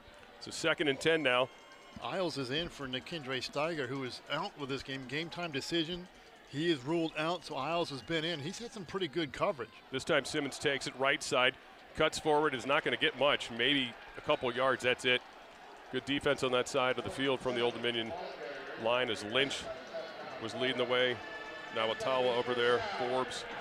Now Isles, he gave up the touchdown, but it looked like he was in good coverage. He could have been a little better technique, get his arms in the air. But he was on coverage on Hurst on that one on the sidelines. There's nothing more you could do about that. I mean, he was perfect there, and Hurst somehow came down with it. So here we go, big 3rd and 8 coming up. Hurst here in the near side with Frink on him. Pierre looking across the middle, going to Hurst, and is knocked away by Frink. Excellent. He grabbed that. Zion Frink able to hit it away. Somehow Hurst comes down with it, so he's going to be just shy. He caught it and then held it with one of those giant paws away from the defender. Watch this catch. Initially, I thought it was knocked away. I'm not going to lie. I thought it was down. Should have been knocked away. Wow. He took it away from Frink, and then look at him holding this thing out. Then he yanks it away from Carter, who's trying to strip it from him on the ground. So the big play. This is 4th and 1. They're going to stay on the field. No, they're going to send the punt team out. They thought about it. They thought about it for a second. They may have to use a timeout. They're using like a fire drill here. I don't know if this is a trick play or not. They got to call a timeout. They have to. Yeah, 3 seconds. They're going to take the delay perhaps. No, they're going to get the timeout. Wow. I don't know if they felt like that he had the first down. That was the only reason they kept the offense out there. Offense. 5-yard penalty. Still 4th down. They went ahead and took the delay, which instead of wasting the timeout, which is probably the right thing to do. Some confusion there, it looks like. I think Del McGee was waiting for a review. His head coach, you see Hugh Jackson, his offensive coordinator, Hugh Jackson, you see he may have been waiting for a review there to see about that spot, but yeah, he was definitely shy of the first. The reason for that is because they're still doubling Hurst. They are putting a safety shadowing over top of him so that he could not go deep. He had to hook that up short. Reed Chantley has had some good ones today. Had one deep one here. This goes back to Roche at the 19. Roche has some to the near side. He's got a lot of field over here. If he can get the corner, cuts it upfield, 35. He's got the 40, 45 into Georgia State territory. Still in his speed at the 40. Still fighting down inside the 35-yard line. Huge return from Devin Roche, and this crowd is fired up here at Old Dominion with that return, and ODU's offense will have a short field for their first possession of the second half. The biggest roar of the game right there. He's dangerous. I mean, he's had issues earlier in the season, a couple of muffs, but when he gets going, he gets some space. That's why they like him back there. So Devin Roche gives the Monarchs the ball 1st and 10 at the Georgia State 33. Colton Joseph in the offense, first time here in the second half. See if there's been some adjustments. They did finish the half well after a slow start. Got trips to his left. Travian Hargrove, the lone back, fakes the pitch, going to keep it. Going to go straight ahead, gets it down to the 29-yard line. So Joseph with a good pickup of about 4 yards on 1st and 10. Again, the fake toss and the quarterback power, designed run all the way. Keep the same formation here, although now Butler kind of the up back to the right of Joseph. Snap. This time he keeps it again, going right side. Got a lot of space, 25, 20. Gets taken down inside the 10-yard line. Big run from Colton Joseph as the Old Dominion Monarch offense 1st and goal to goal. That is one thing about Joseph. If he's not having a great day passing, he will still find a way to have an impact. He had only 140 yards last week, I think, through the air, but 189 rushing. 1st and goal at the 9. It's going to be Hargrove pushing ahead towards the 5-yard line. He'll get held. They'll put him down to the 6 where his knee hit down. So pickup of 3 on 1st and goal. 2nd and goal from the 6 for ODU. If you're just joining us, Monarchs are down their left tackle, Barlev, who got rolled up on in the first half. He's on the sidelines but does not have a helmet. Also down Trey Brown, the receivers who took a shot to the ribs. So 2 of their big offensive components have not come back here in the second half. Yeah, I think they're both done for the day as Sidney and Vandesor is the lone wide receiver here on the right side. Joseph takes a snap, give to Hargrove, who's going to get stacked up initially, but is able to fight through and gets it down to the 4-yard line. So 3rd and goal from the 4. ODU trying to get some points to get their first lead of this football game. Trailed 10-0 in the second quarter before scored 10 unanswered to end the half. Sort of an awkward down and distance, but keep your eye on 17 and Bandasor, 6'5" on the outside. If you're looking for a jump ball target, there it is. Hargrove the lone back to the right of Joseph again on this formation. Back to pass Joseph. Got some time to throw it towards the back of the end zone, overthrown, incomplete. Yeah, Butler really didn't have a chance. Ja'Cory Thomas, I think, thought he was open. Was kind of putting his hands up like, get me the ball. I think he was just sort of throwing that away. So you preserve the points here, or opportunity for the points, we should say, as Eichner will come on and attempt a short field goal. Officially, the ball be spotted at the 12-yard line. So 22-yard attempt coming up here for Nathaniel Eichner. Harsh angle, a little less harsh with the left footer, I think. Yeah, the left foot you would think would help that from the right hash. Snaps there, holds there, kick is up, and the kick is good. So for the first time this afternoon, the home team, Old Dominion, with a 13-10 lead. We've got 10:46 to go in this third quarter, and that'll get us to a timeout here on the field. Monarchs strike first here in the second half. A close one here in the final week of the regular season of the Sun Belt.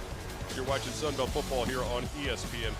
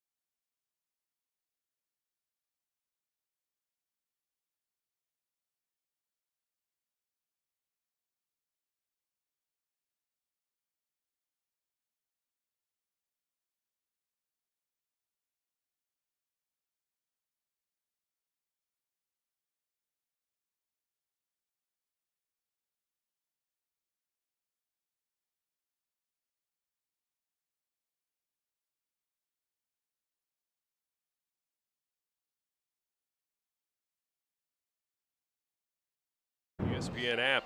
Unlock with the ESPN Unlimited plan or log in with your TV provider. Hey, 'tis the season. The band's ready to go. Look at that. Band's here. You know, it's tough with these games after holidays like this one after Thanksgiving. You don't have your student section. It's normally full here at Old Dominion.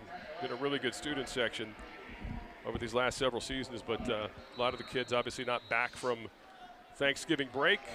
Not a bad showing. I mean, but it has been a good crowd, a very lively crowd. It's getting colder. Yeah, and it's getting colder. And I don't think that many people have left. 6-play, 29-yard drive for Old Dominion ended in 3. The short Eichner field goal, and here comes another fair catch from Georgia State. They don't feel like returning these short kicks, these angled kicks. And that was DJ Braswell that time. I tell you, this feels like it's been some pretty good football to watch. I mean, the score's not been huge. The numbers offensively have not been good, but I think it's been more good defense than bad offense. Yeah, I would agree. I think Georgia State, again, this is an offense that held James Madison to 14 points, right? Like, you know, deep down, they've had good schemes. They've been in games. A lot of times. They haven't made the mistakes. They haven't missed blown coverages. Right. They've fit their run gaps pretty good so far in this one. 1st and 10 handoff, Braswell going right side. He's got some space, going to get it close to the first down mark, about a 9-yard, make an 8-yard pickup they'll give him on 1st and 10. Hard physical running. DJ Braswell, again, redshirt sophomore, started his playing career at South Carolina and has not had a lot of opportunities this year at Georgia State, but now in these last couple games has been in there, and that's going to be a no gain to a 1-yard gain, and that's going to bring him a 3rd and short for Georgia State. So Old Dominion's defense has a chance to get Georgia State out off the field quickly here. Cole Daniels, in the middle of that ODU defense, the big number 99. Ricardo Williams, who's out on the field right now for Old Dominion, the left end, started his career at Georgia State as well. Played at Georgia State, I should say, a couple seasons ago.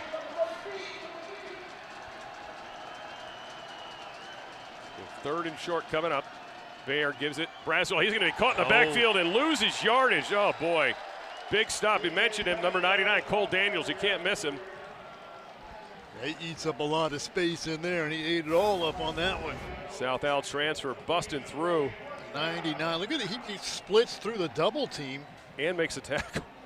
Yeah, I think he got help from behind from Jeremy Mack, who flew in there from the linebacker spot, but he went right through the double team, right where they were trying to go, and Daniels just ate him up. So back to receive, the man who just had the big return a few moments ago, Devin Roche, that set up ODU with great field position. He's had 2 40-plus yard returns this year. Again, Shanley, a low kick. This is going to bounce, though, so it's probably not one Roche is going to deal with. Great bounce and roll for the Georgia State Panthers, as it is going to stop at the Old Dominion 6-yard line. So that's where Colton Joseph and the ODU offense will start this drive at their own 6.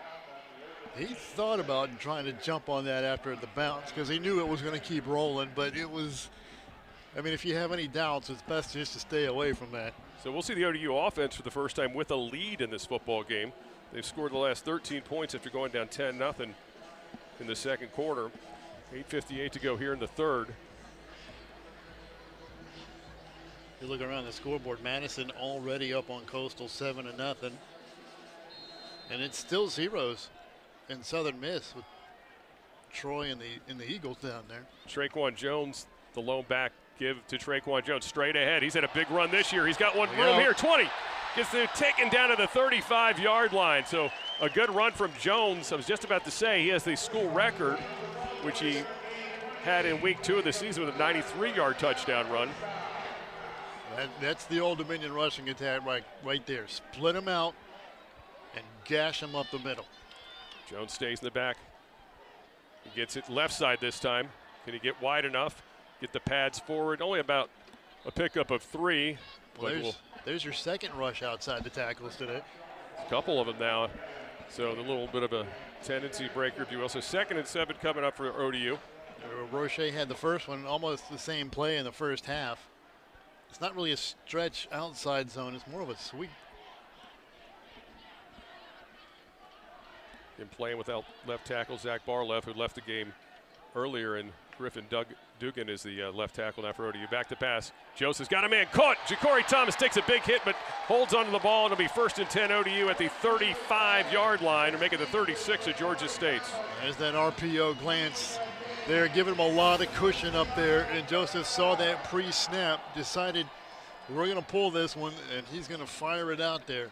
Thomas took a big hit from DeIcy Hopkins, but is able to hold on to the football. Well, Hopkins is back there by himself. He's got a lot of ground to cover. He had no chance of getting there before that ball got there.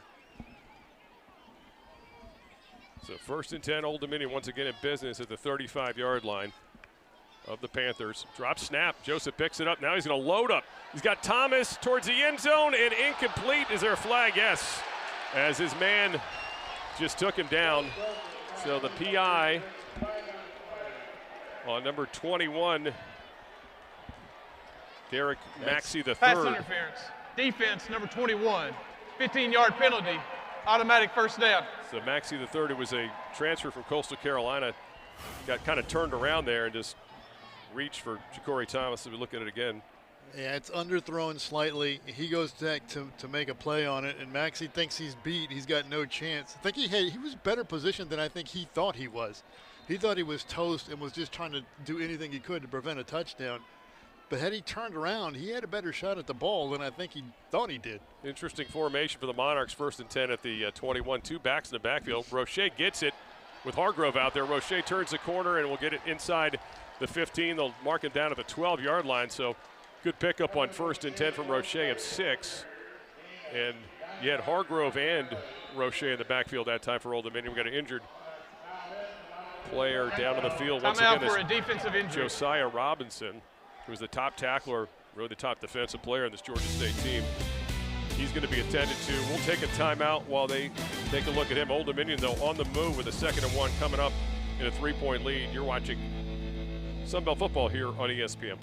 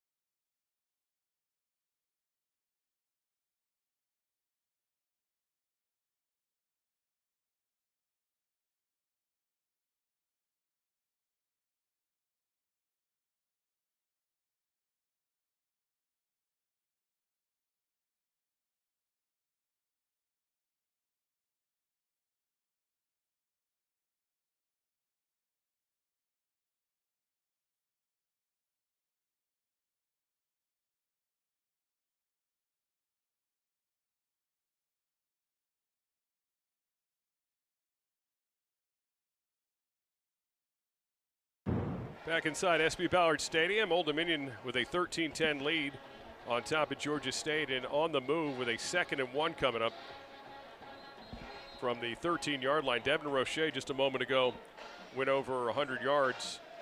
Good day so far for him. And you see Jordan Simmons almost at 100 yards himself for Georgia State. Both these backs have really started to heat up as the quarterbacks were having problems finding the mark. They decided it's the cold. hand it off. They just turned into a running game all of a sudden. You do see every once in a while teams have more rushing than passing, but both teams have more rushing than passing yards by a good bit. So 2nd and 1 here with Roche, the lone back to the right of Colton Joseph. Old Dominion again knocking on the door here in Georgia State territory. Panthers have done a good job in the red zone so far, had to hold to a couple field goals. Joseph throwing towards the end zone. That is, in the hands and incomplete as Raheem Naheem Abdul-Rahim Gladding had a shot at it. Couldn't bring it in, so it'd be a 3rd and 1. That Jones or that was Maxey who was covering him. He got up a little bit of chatter going on there. So Gladding had to kind of come back for it, but he had a chance at it. He had his hands on it for a minute. There's some hand fighting going on there too, but they let that one go. The 3rd and 1 now. Keeper for Joseph, makes a man miss, spins, got the first down a little bit more as he pushes inside the 5-yard line, down at the 3. 1st and goal to go Monarchs. That's a quarterback running like a running back. Because that play should not have worked. They had that covered. The end right here. Whoops. Look, they had it sealed off. They pressure him back inside, and he still spins inside. Kalen Butler, he had him dead to rights, and he spins back inside and still gets the first down. The 1st and goal for Old Dominion from the 3. Give to Roche, and he's going to get in the end zone. Touchdown as he breaks some ankles there. And a 2nd touchdown run from Devin Roche as the Monarchs up by a couple scores now. Jabril Rhodes-Nilsson, he just tackled a bunch of air. He had Roche in the backfield and came away with a fistful of nothing. Devin Roche, 2nd TD of the day. He's got a big punt return as well, 47 yards and over 100 yards rushing. It has been a really impactful day from Devin Roche, the redshirt sophomore from Baltimore, Maryland, as the extra points being lined up for. High snap, gets it down. Eichner kicks it through the upright. So Old Dominion 20 unanswered points since falling down 10-0 in the 2nd quarter. We've still got 6:03 to go in this 3rd. Let's get another look at it. He had him and just completely faked. The 2 guys actually ran, the 2 defenders, Nelson and his linebacker, ran into each other, made it good for Roche as he gets it in the end zone, and Old Dominion up top by 20-10.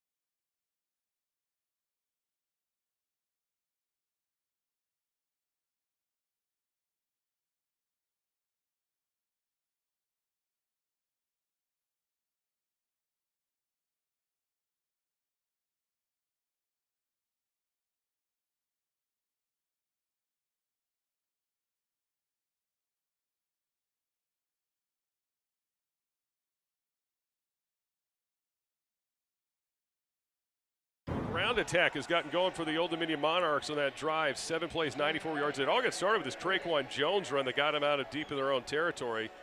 And then from there, Devin Roche finishes it with his 2nd touchdown of the day. First 2-touchdown game of his career. He's over 100 yards. That little jab, jump cut, jab step, jump cut back to the outside. It still looks nasty on the replay. Del McGee trying to figure some things out here. They were in this game, ahead in this game early, Georgia State, but ODU on a little bit of a run here of 20 unanswered since being down 10-0 that second quarter. See if Georgia State can respond with some points here. Coach McGee's got to get his guys to realize it's not time to panic yet. We're still in this. It's a 2-score game. Plenty of time left. We don't have to change what we've been doing, which is starting to run the ball really well. We've just got to get those first downs. The third downs last 2 times have not been executed well.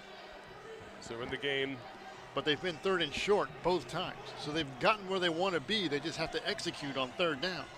Yeah, you think about that missed field goal right before half where they could have taken the locker room lead of 13-10. Feels like a bunch of events have been spiraling against them since then.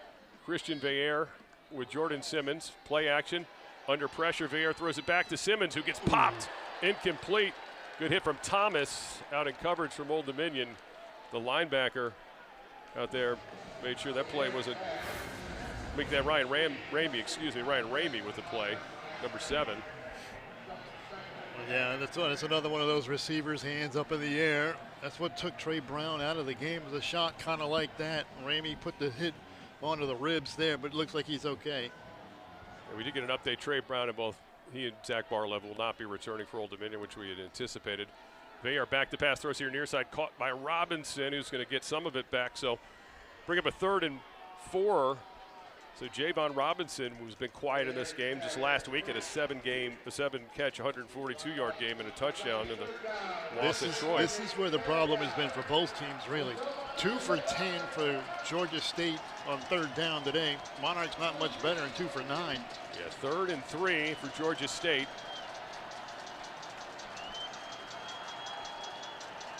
Braswell in the backfield. This time throws that here to Robinson. He's going to run behind the line, but comes back and gets the line.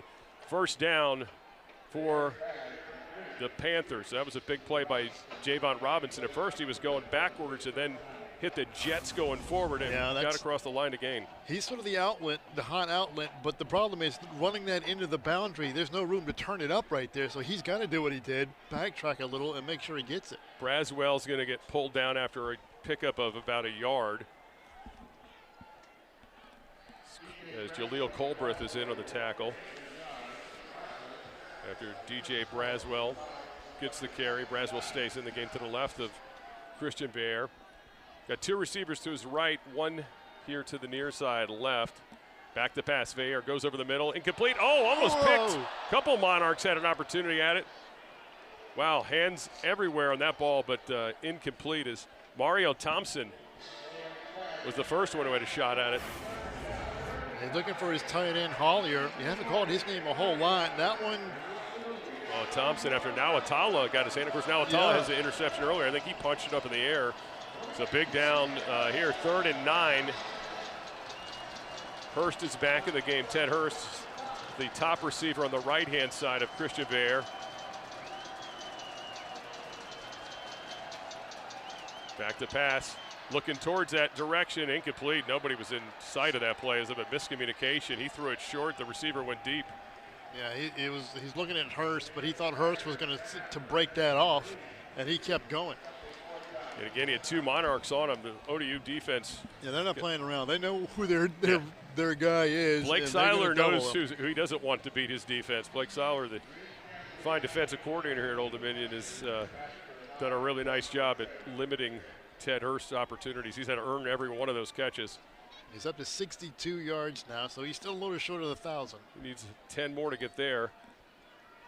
On to punt it away is Reed Shanley coming up, and it's a short punt. ODU's going to clear out.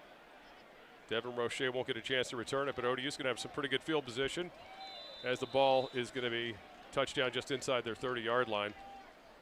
So Monarchs trying to keep this thing going, 20 unanswered.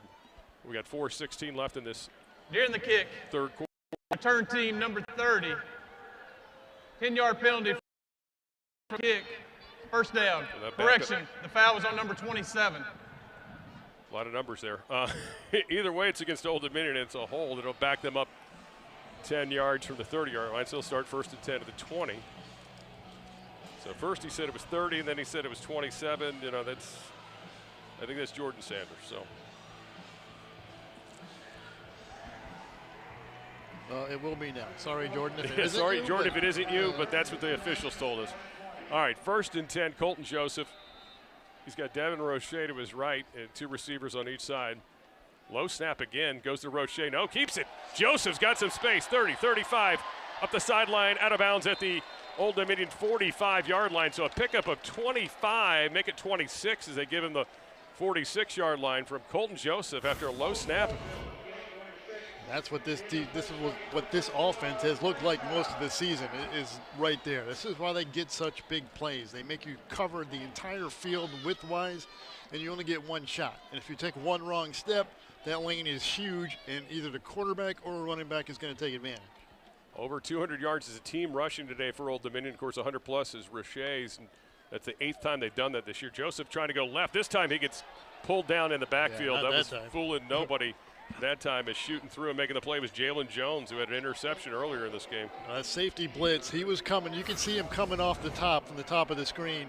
He was coming, and he did not bite on the fake to Roche or the mesh. When Joseph pulled it, he stayed right with him, and there's nowhere for him to go that time. It's like that could have been good for Roche had they given it to him. It's now in motion. Butler coming here to the near side.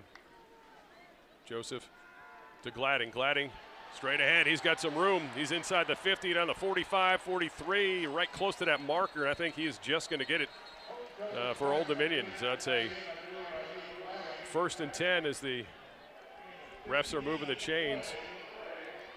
Picked up a 14. Good block at the point of attack. They had Butler out there in front of him. And Banasor also out in front of him on those quick screens. That first block is critical.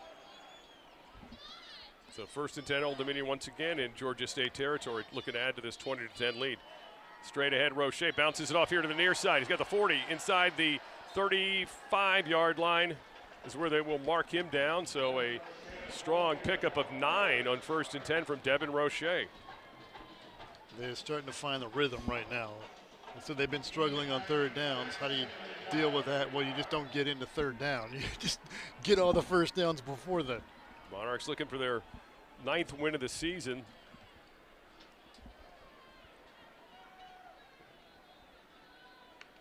Joseph again give to Roche straight ahead. He's got the 1st down a little bit more as he gets it inside the 30-yard line. They'll mark him down to the 28, and the chains continue to move as ODU now on the 29 make it of Georgia State's 1st and 10. They're starting to impose their will a little bit here. Georgia State starting to slowly run out of gas. Thusly, why you get the line change, the line change here. Yeah, they're playing a lot of players there, but as you mentioned, the Monarchs suddenly really leaning into Roche. Career high in carries in this game, too, is 17. 120 yards now, 2 touchdowns. Play action, Joseph looking to load up, throws deep. Oh, no, picked off right into the hands of the safety, D.I.C. Hopkins, who's coming the other way. Flags are down. And there's flags everywhere. We'll see what the call is. This might be a hold or illegal contact away from that. Corey Thomas is saying there should be a flag. Somebody was holding me. It looked like it was nowhere near where the ball was thrown or underneath where the ball was thrown.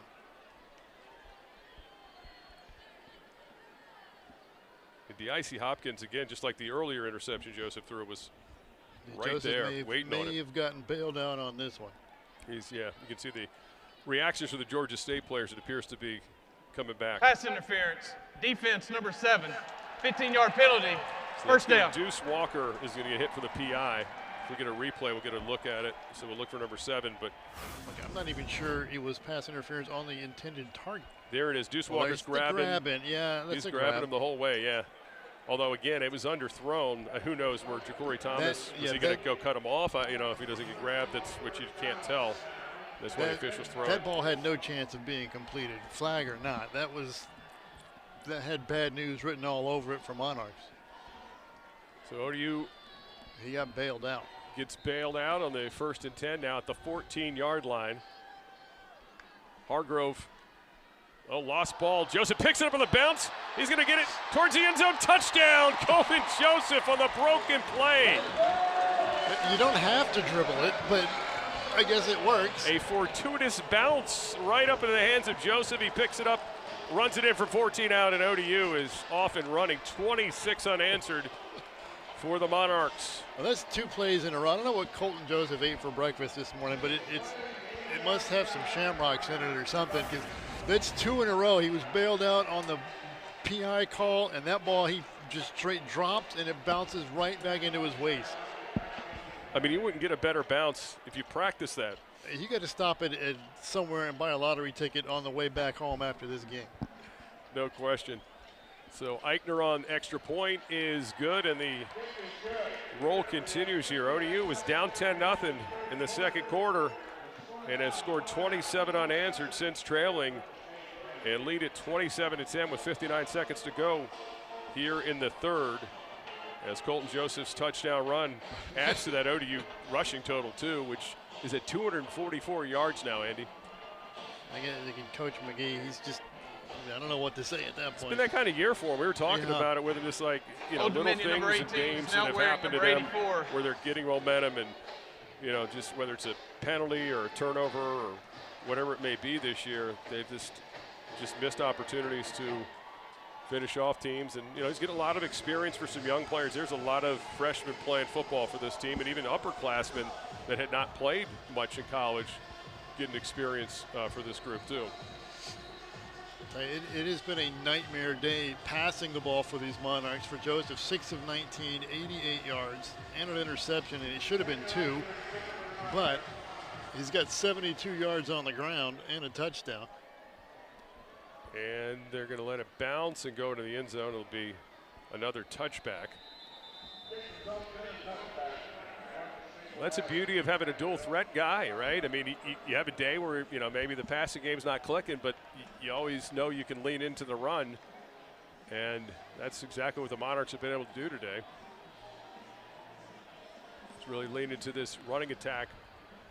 Joseph, by the way, 72 yards on the ground. Roche leading the way with 120 in those 2 touchdowns.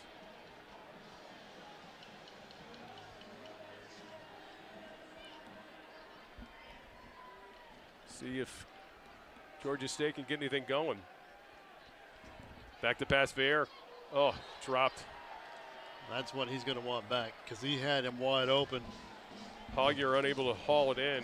Wasn't a great pass, but no, it was a shallow crosser, and it was there, and he had room in front of him to take off a little bit. They had a blitz coming, and it was actually picked up. I thought he had more time maybe than Veer thought he did. Well, you could understand why the clock may be speeding up in his head, because the Monarchs have been bringing the heat today. And they know there's going to be a lot more pressure, because they know you got to throw it now. Veer again, this time does, dropped. Oh, my goodness. Right in the hands of DJ Rouse, who was about to take a big hit and just dropped the ball. There was 3 ODU players around him converging on that play. Might have heard footsteps, so 3rd and 10, just like that for Georgia State. Jordan Simmons in the backfield there, now moving Hoggier over on this, flipping him and Hurst in this formation. Hurst is coming here to the near side.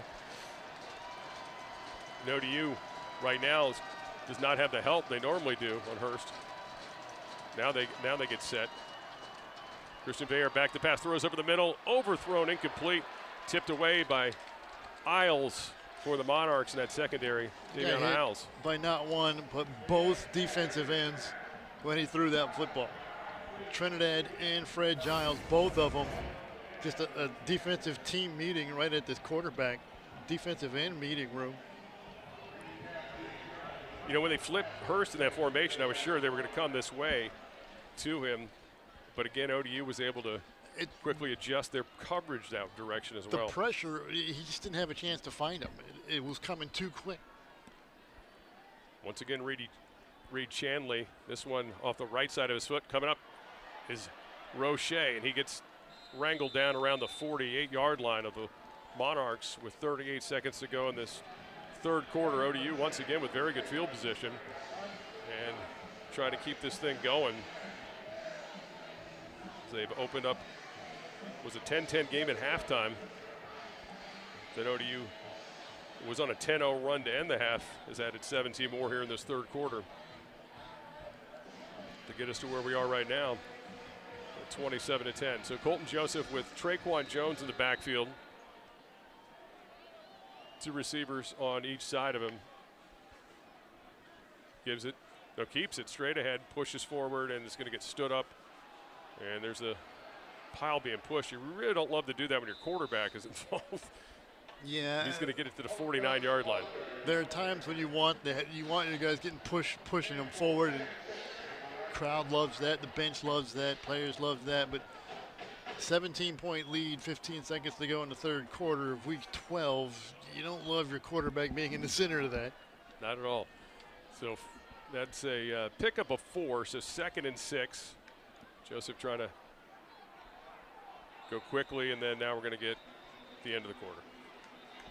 I think he wanted to get the play off, or at least intend to get the play off, so he get him to jump, and nothing goes there. So this is the end of the third quarter. That should be the end of the third quarter, and it is. ODU has been getting downhill now with a 27-10 lead.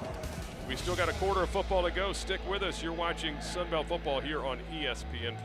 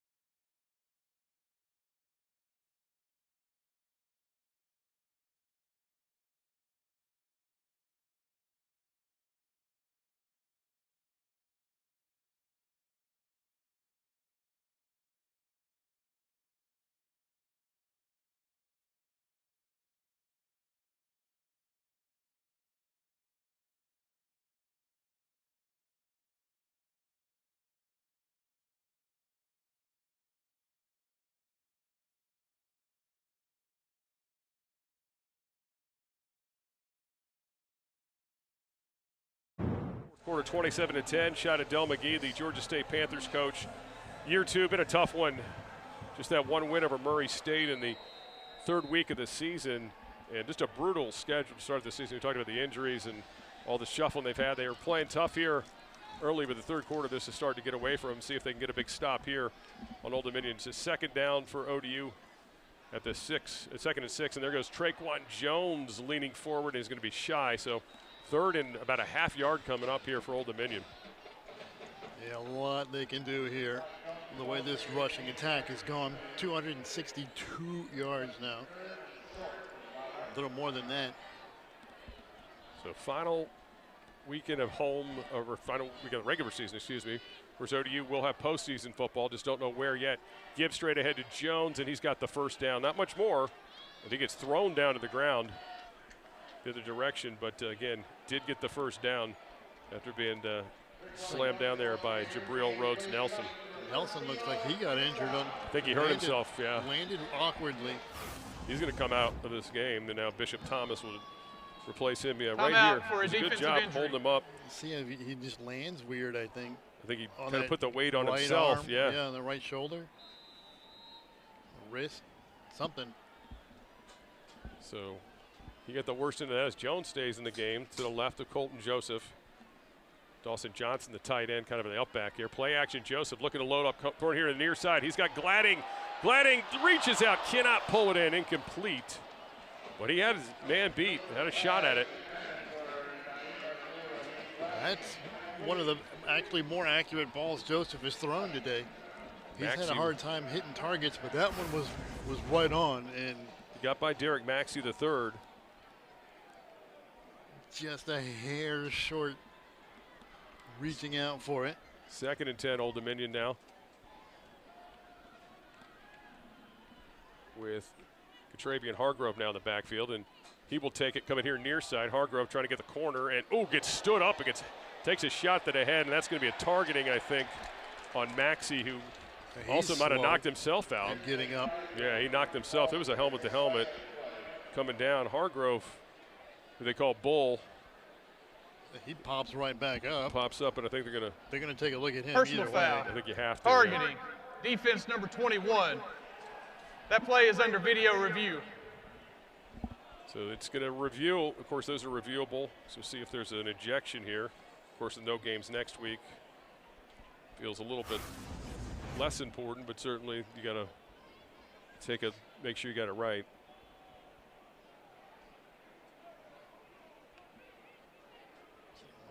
That's. Yeah, I I don't don't see think how they he can hit him in overturn. the head, but that's crown of the helmet. But he went forward with the helmet. Yeah, was leading that direction. So I think Derek Maxey, the third's day might be over, but we'll find out once we get to the official review here. Yeah, that's definitely crown of the helmet, I think. Meanwhile, seeing if they're looking at Hargrove here on the near sideline, because just as a precautionary reason, although he did get up. I mean, anytime there's kind of helmet Looked collision, like he kind of took that more in the shoulder. Yeah. But it doesn't matter. If you lead with the crown, it's still going to draw the flag. So that's a quick review. After video review, the ruling of targeting is upheld. Number 21 is disqualified. So Maxey, who is up and walking on his own, by the way, is okay physically, but done for the day for the targeting. So that will be a penalty that will set up Old Dominion 1st and 10 at the 27-yard line now of the Panthers as we get another look at it. So they upheld the initial ruling. So now Traquan Jones comes back in the game for the Monarchs at the running back position. 13:48 to go here in the fourth. Old Dominion up on top, 27-10. And Bandisor catches the pass from Colton Joseph, moves the pile, but he's going to be probably about 3 yards shy of the first down, but a nice pickup on 1st and 10. Nice when you got a 6'5" target out there. He just makes a quick grab on the boundary. Actually, they're going to call it, say, went out at the 22, so just a 5-yard pickup. He's kind of bulls his way forward for 5 yards. That'll help your passing stats a little. So again, trips to the right of Joseph with Traquan Jones to his left. Corey Thomas, the lone near side receiver. Keeper rather, Joseph, and he's going to get maybe a half yard, if that. Gets spun down. And there's probably a lot of people holding their breath every time that he takes off with it in a game like this. But I mean, this is his game. This is how he plays. If he tries to slow it down at all, it's going to throw him off. And you might actually risk getting hurt more trying to be cautious than if he just does what he does. So 3rd and 5 here for Old Dominion. Joseph looking back at the sideline. And it's not like they're calling all these quarterback runs. Most of them are options, so it's based on what the defense shows you as to whether he keeps it or not. Fake pitch from Joseph again, keeping it. Going to the far side. He's got the first down a little bit more as he spins out of bounds and moves the change for the Monarchs, getting it to the 15-yard line of the Panthers. 1st and 10, Old Dominion, as this drive continues. They're not going to be in a hurry here either. They're going to take this slow. This one is a design. This is the fake pitch quarterback power, and he just sort of spins out of bounds. You got to watch the stuff afterwards, especially in games like this. Out there clearing some space for him. Coming here, played for Zach Barlow and played well. Joseph back to pass, got all kinds of time, throws it. Decory Thomas has it inside the 5-yard line where he's taken down. It'll be 1st and goal to go, Old Dominion from the 3-yard line. It took a long time. Kind of a rub route underneath there is Gladding is the inside receiver. He's breaking out, and it's the slant underneath, right underneath Gladding to Thomas. Griffin Duggan is split out here left side. He's going to try to block for Thomas. Thomas has got to try to slip a block, but Duggan couldn't get both men out there. Well, he got one, but that was a pretty good play. Try to catch him quicker. So 1-yard pickup. 1st and goal from the 2 for Old Dominion. Again, Duggan stays out here to the near side as the split receiver, the tackle. This time again to Jones, who gets stood up. He's going nowhere. Jumping on the back of him, the defender, Bishop Thomas. Yeah, watch that. That could get somebody injured. I mean, it's not illegal. He's just trying to grab him and pull him back. But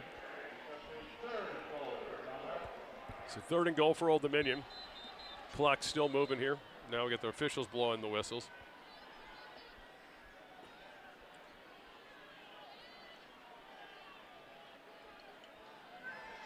Timeout for a defensive injury. The ball had been spotted, so Georgia State will be charged their first time out of the half. One of the Old Dominion offensive linemen saying throw the flag because I think they thought there was a embellishment perhaps on the injury. But that'll get a timeout burned from Georgia State. We'll have a 3rd and goal when we come back. It's been all Old Dominion here in the second half. You're watching college football here on ESPN+.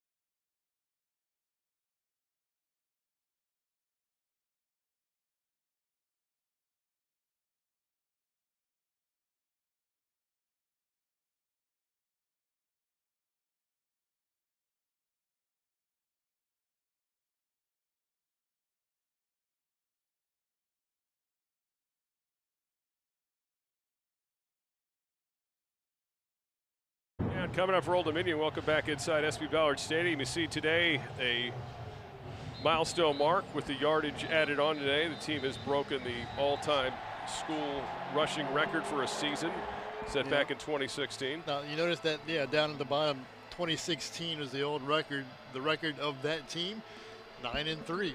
Ironically. Which is what the Monarchs are trying to do today.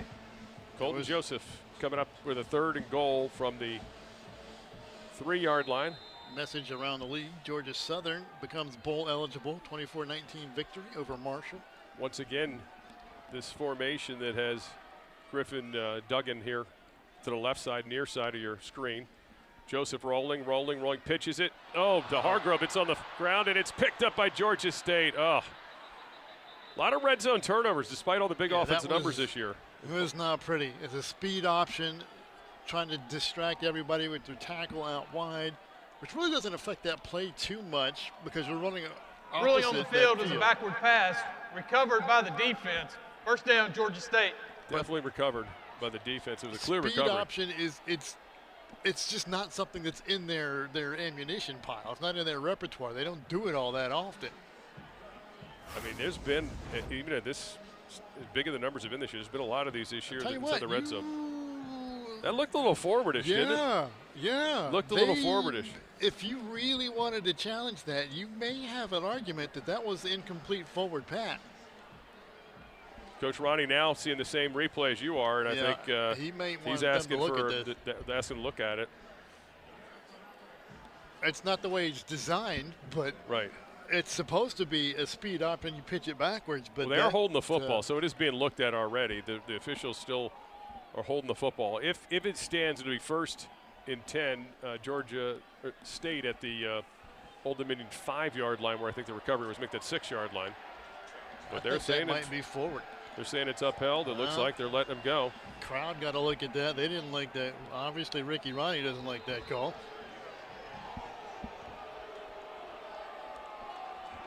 Bayer gives it to Simmons, who gets tackled for a loss. Shoot it in there, Lynch. He was all over the play. Colbreth running it down from behind. DeAndre Lynch was the first one in there and just took Simmons down, cut him down for a loss. They're going to give him a 2-yard loss, and that's so it's 2nd and 12 coming up. Georgia State. Now Christian Vieira in the shotgun in his own end zone. And Jordan Simmons remains the back. Ted Hurst here to the near side. Going to Hurst. Hurst going to slip a tackle and get it close to the first down, but now be about 3 yards shy. So 3rd and 3 coming up. Tell you what, they brought the house on that, and Vieira saw it, got rid of it. Crutchfield on the corner got just enough of Hurst, because if he turns that up, they're not going to catch him.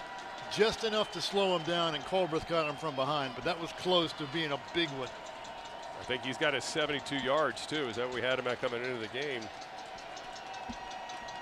So Vieira barking at the signals here on the 3rd and 3. Crowd's trying to get into it. Vieira back to pass. He's going to Hurst again, right over the middle, and he's got it just by a yard. Yeah, he's swallowed up quickly, but he's now well over 1,000 for the season. But pick up a 4 there will move the change for Georgia State. Well, you see, the game plan all day has been make sure you have at least one safety over top of Hurst wherever he is, and keep him short. The catches he's made have been short underneath. The one catch he did make downfield was very contested and a great play. Throw out again, caught, and another first down. Left side, this time is Derek Avery Jr., who caught the football and just got his shoulder down and plowed ahead. As they are now out of their own end zone. 1st and 10 at the 33, trying to turn this Old Dominion turnover into some points. ODU in with a late substitution as the refs holding the play. They're allowed to do that. Well, that last one puts Hurst at 7 catches, 76 yards, which I believe gets him over that 1,000-yard mark. Yeah, he's got his 1,000 for the season, and so congratulations. I mean, that's tough to do when you've had 3 quarterbacks play this year. Yeah. It's been the kind of season it's been. Back to pass, Vieira going to drop it off. Big hit. Ooh. As Simmons catches it, but pays the price for it as Fink comes up and drills him. That freaking zone. He just dropped coverage and saw that one coming, had a full head of steam coming downhill, the running back. Good hit by Zion Frank, and he wraps him up. Hits, wrap, boom. Oof, that's pretty much form tackling right there. Redshirt sophomore was transferred from Wake Forest. He's giving up some weight, too, to Simmons. Back to pass again, Vieira with some pressure under him. Hollier gets it underneath. He's got the first down a little bit more as he gets gang tackled at the 50-yard line, or make that right at the 50 is where they're going to spot him down. So Grant Hollier, the freshman, able to haul that one in and get ahead of steam. And this drive continues. Yeah, they're not completely out of this. It's 2 scores, but 7:21 left. Points. Well, it's a 3 score, yeah, 17. So 3 score, but still time left on the clock, and pressure there forces the throwaway. Ricardo Williams Jr. with the pressure, and everybody's cheering because one of the offensive linemen caught the football on the sideline. That's Elijah Hoskin, the guard, who catches the ball on the sidelines, and the whole offensive line. There is no foul crazy. for intentional grounding. There was a receiver in the area. Yeah, it was Hoskin. Second down.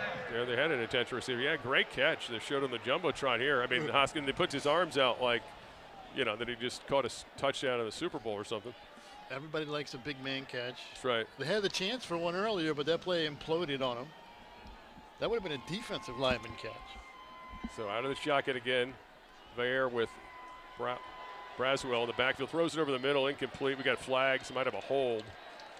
Yeah, it's going to be a hold coming up on Georgia State as well.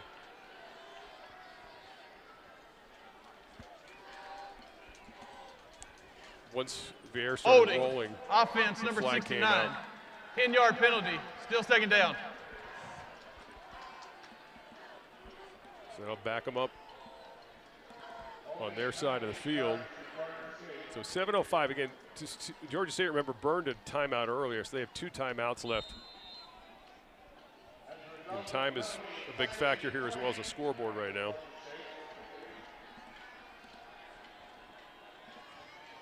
Second and 20. Vair back to pass.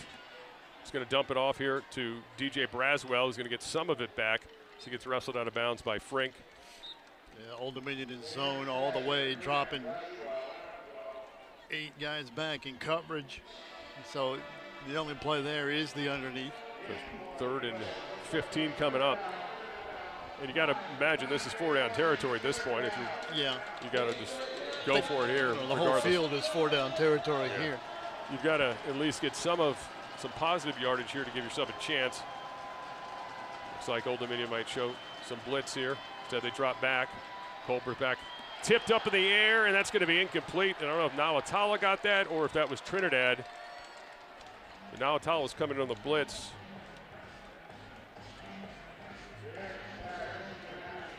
So 4th and 15. And as predicted, they will stay on the field. Both defenses have played pretty well most of the day. Really have, no? The Monarchs started to gain a little momentum, and they started to run out of gas a little bit there in that late in the third quarter. They gashed them on a couple of big runs, but other than that, Georgia State held up pretty well, and obviously the Monarchs defense has done their thing. Well, with the 4th and 15, they've decided to just go ahead and punt it away here with 6:24 to go. We got a flag way in the back. We have an illegal substitution. That's back near where Play a Roche game. is standing. Kicking team. Yeah, there it is. 5-yard penalty, still 4th down. It's a delay game. That was dropped back by the feet of Roche, who's back there to return the kick. But that's the judge who's looking at the play clock. He's where he is on a punt return. So 4th and 20 now, as the ball will be spotted at the 40-yard line of Georgia State. Old Dominion with a 17-point lead and appearing to be well on their way to a 9th win of the season, barring anything crazy here. We should put that out there because something crazy happened here a few years ago. These 2 teams played against Georgia State. Bouncing, and Roche says get away from it. And it's going to roll inside the ODU 10 down to the 6. Chanley's had a pretty good day today for sure. Yes. We If had anybody has. one off the side of him, so outside that he's really drilled some. So Old Dominion's offense will be back on the field when we come back. 6:09 to go here in the 4th quarter. ODU 27, Georgia State 10. You're watching Sunbelt Football here on ESPN Plus.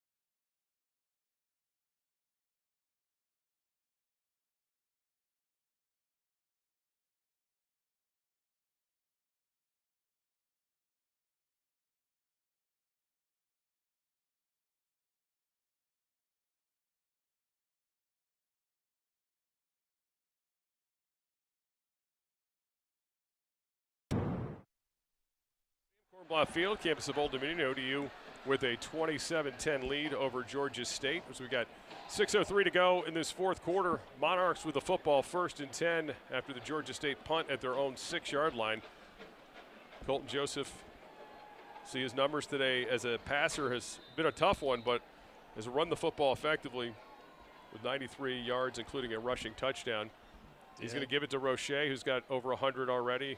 And adding to that tallies, he gets it out to about the 10-yard line. Yeah, so the Monarchs looking to get 2 guys over 100 yards rushing. I think Georgia State is going to burn a timeout. They've got 1 left with under 6 minutes to go now. Georgia State wants to stop the clock, obviously, trying to get a quick 3 and out here to get the ball back. It'll be a 30-second timeout. So JMU currently cruising over Coastal 20-3 there. Game clock operator, please set the clock to 6:05. 6:05. 6:05. And the battle in the west side of the Sun Belt to see who gets into the conference championship game between Troy and Southern Miss is 14-3 Troy at Southern Miss there at halftime now. You know, it's been a great season. Been fun doing these games with you, Andy. We got a lot of people in our booth. I want to try to get through as many as these before this game's over to thank, including Alan Bever, Kat Beyer, Paul Briggs, Philip Green, of course our guy Andrew Hughes, who's here in the booth with us, Boise Hayes, who does everything, Philip Green as well, and that group. And we'll get through to some of them. We got a very special thank you to give as well. Matthew Judkins and Chris Stansel as well for all their great work throughout the season. 2nd and 6 coming up. Give to Roche again. This time gets it close to the 14-yard line, or at the 14-yard line. So bring up 3rd and manageable, and another Georgia State timeout burned with 5:53 to go. Timeout. Georgia State. That is their 3rd and final timeout of the half. Take all the time. It'll be 30 seconds. That's their last timeout too, I believe, unless the scoreboard was wrong. Yeah, no, that's their last timeout. So 3rd and 2 coming up. But the real person we need to thank is Jackie Jenkins, who is our PA, who just walked out. She's not even going to hear any of this, but we'll play it back for later. Been here in the booth shivering with us. Yeah, has been shivering, has been sweating and shivering. Yeah, and right. Fighting not only leaving, just because it's the last game of the season, but then she just walks out. Graduating, so she won't be back with us next year. So, I want to give a shout out to Jackie, who just ran out of the room, and I think she's already left us. So I thought it was going to be the end of the game, and it's already now. Hey, Andrew's still here though. But Andrew, I appreciate you still sucking it up here. It is a little chilly out here, as you see. I think we're getting close to being officially into the 30s. Yeah, it is officially cold, I would say, at this point. We're very close to being at 39 degrees. Yeah, because the start of the game, they called it officially 45 here at the stadium, which was the lowest. It didn't stay there very long. Yeah, which was the lowest to start at a kickoff, but it has gotten a lot colder than that. And, of course, we, in this wonderful setup we have, are on the side that does not get the sun. So it felt a little bit worse maybe than it really was. There are no extra heaters in this booth. There are no hand warmers. No, I mean, it's not Lambeau Field, but, it's whatever clothes you bring with you. Scott didn't bring a jacket. I did not bring a jacket. It was a bad move on my part. All right, give the keeper. Colton Joseph coming here, so dives. He's got the first down. And that will help burn this clock quicker. So Colton Joseph able to get the first, and Georgia State without timeouts. The 2-minute timeout will be the next time the clock can stop, barring obviously a touchdown. I'm most proud of the fact that Scott did not bring a jacket, and yet has not once yet mentioned that he didn't bring a jacket, and has not yet once mentioned that I did. So he has not tried to say that he's harder and he's better than me. He's not said any of that. Give right side Roche. Oh, he gets it stacked up at the 21-yard line, so minimal pickup there. Because his teeth are chattering, but well, yeah, I'm just frozen. My hands are completely frozen, and nose I can't feel it. He's just waiting till he gets back into the basketball, which is inside. That's right. Hey, this, by the way, the first game ODU has had 2 100-yard rushers. Had it last year's regular season finale as well, but Colton Joseph over 100 rushing yards as well as Devin Roche here today. They've been close a few times this year. Yeah, one they almost had 3 to get over 100 yards. So in motion goes Butler. Had the touchdown last week. Gives Roche. He's picking, waiting. Now he's going to accelerate, find the hole, and almost, yes, gets it right up on the first down marker. He's going to be about a half-yard shy. So 3rd and 1 coming up. 4.5 in the clock moving here. So Old Dominion again is going to bring in that jumbo package that we saw earlier a few times. With great patience by Roche, just kind of hiding behind. He's so short, you know, he's a shorter guy, hides behind his guys, and then he accelerates. But as you know, the coaching staff will tell you he's probably the most powerful back they said, have. Yeah, they keep saying that. I mean, he's 5'6" and weighs like 167 pounds, but they say pound for pound, he's the strongest back of the very deep and healthy crew. And here's a wildcat. Hargrove's going to take the snap. It's going to be that play they had last week, and he's going to be right on the marker. I think he just has it. Yes, he does. Gets to the 30, 1st and 10. So that's good, first of all, to see Contravian Hargrove after he took that helmet shot earlier to come back in, and then secondly to convert. Now he got up so quick, I'm not sure he even noticed that was a penalty he just took. He took a tough shot. Of course, they entered an ejection for Derek Maxey III. So currently, if the stats are correct, Joseph needs 2 more yards rushing to get 100. All right, I'd already put him over 100. Well, actually, I was given that information by somebody in the building that was doing our stats. So give ahead to Hargrove for another couple yards. One of the linemen slow to get up. I think he got run up on. That's Skylar Grant. Skylar Grant, yeah. Left guard. Hate to see that, but he looks to be okay. So again, this ODU offensive line had been very durable this year. And of course, you know, They're going to switch him out now. Losing Zach Barlev early in this game, but this 5-man crew, they started every single game this year together. So now they're down 2, although it doesn't look like Grant was that bad. He may come back. Hargrove's going wide right, and he's going to be taken down and right back, maybe a loss of 2 on the play. So 3rd and 10 coming up. Again, the clock moving. ODU does not need to snap the ball before the 2-minute timeout if they don't want to. I imagine they'll let this run down. Maybe they'll line up like they're going to run a play. It's a pretty good tackle. That was a really good tackle in the open field.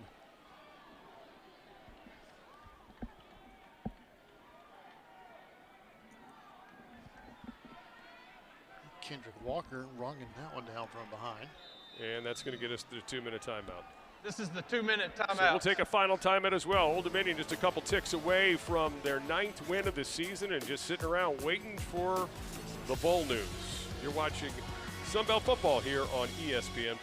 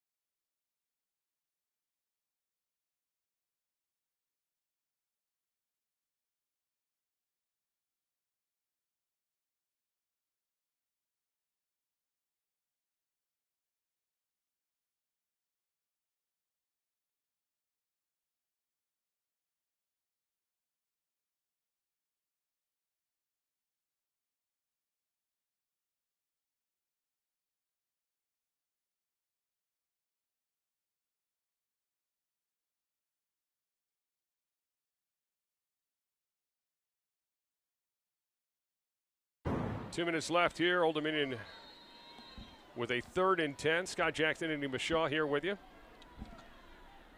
It's Colton Joseph and company. 27 unanswered they put up. Keeper, Colton Joseph, and is he going to get there? Dives for it. I think he did get it. Yes. They're moving the chains again as Joseph's well over 100 yards rushing. Now he is for sure. And a terrific run. And from here, might be able to just take knees, see if they run another play. As they're clearing the bench, ODU's getting in a lot of reserves at this point. Get some curtain calls for some players.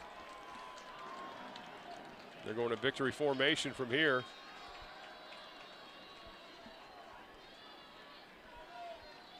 So Joseph will have to take about 2 more snaps. And there's the first one. So the clock will tick down. Of course, Georgia State out of timeouts. Now the modern system of college athletics kicks in for all of these teams into this victory formation is shotgun. I mean, portal questions, the transfer questions, all of that stuff starts circling around, and as well as the bowl game questions. Yeah, I mean, it's not just your seniors that, may have played their last game here, of course. You got to wonder about all that stuff. So Old Dominion, though, they'll take this. Undefeated home season, too. That's pretty significant. 6-0 here at SB Ballard Stadium, Cornblaw Field this year. Long time since they've done that. And some really good home efforts here. So that will be the last knee that needs to be taken. That'll do it. Tough season for Georgia State. I mean, to go winless in the conference is a tough one. We'll take a quick timeout as these two teams will shake hands. Old Dominion with their 9th win of the year, 27-10. Let the clock tick down as you see the coaches, Del McGee and Ricky Ronnie, congratulate one another on the game ends. And Coach Ronnie, Old Dominion, best season of his career here at ODU.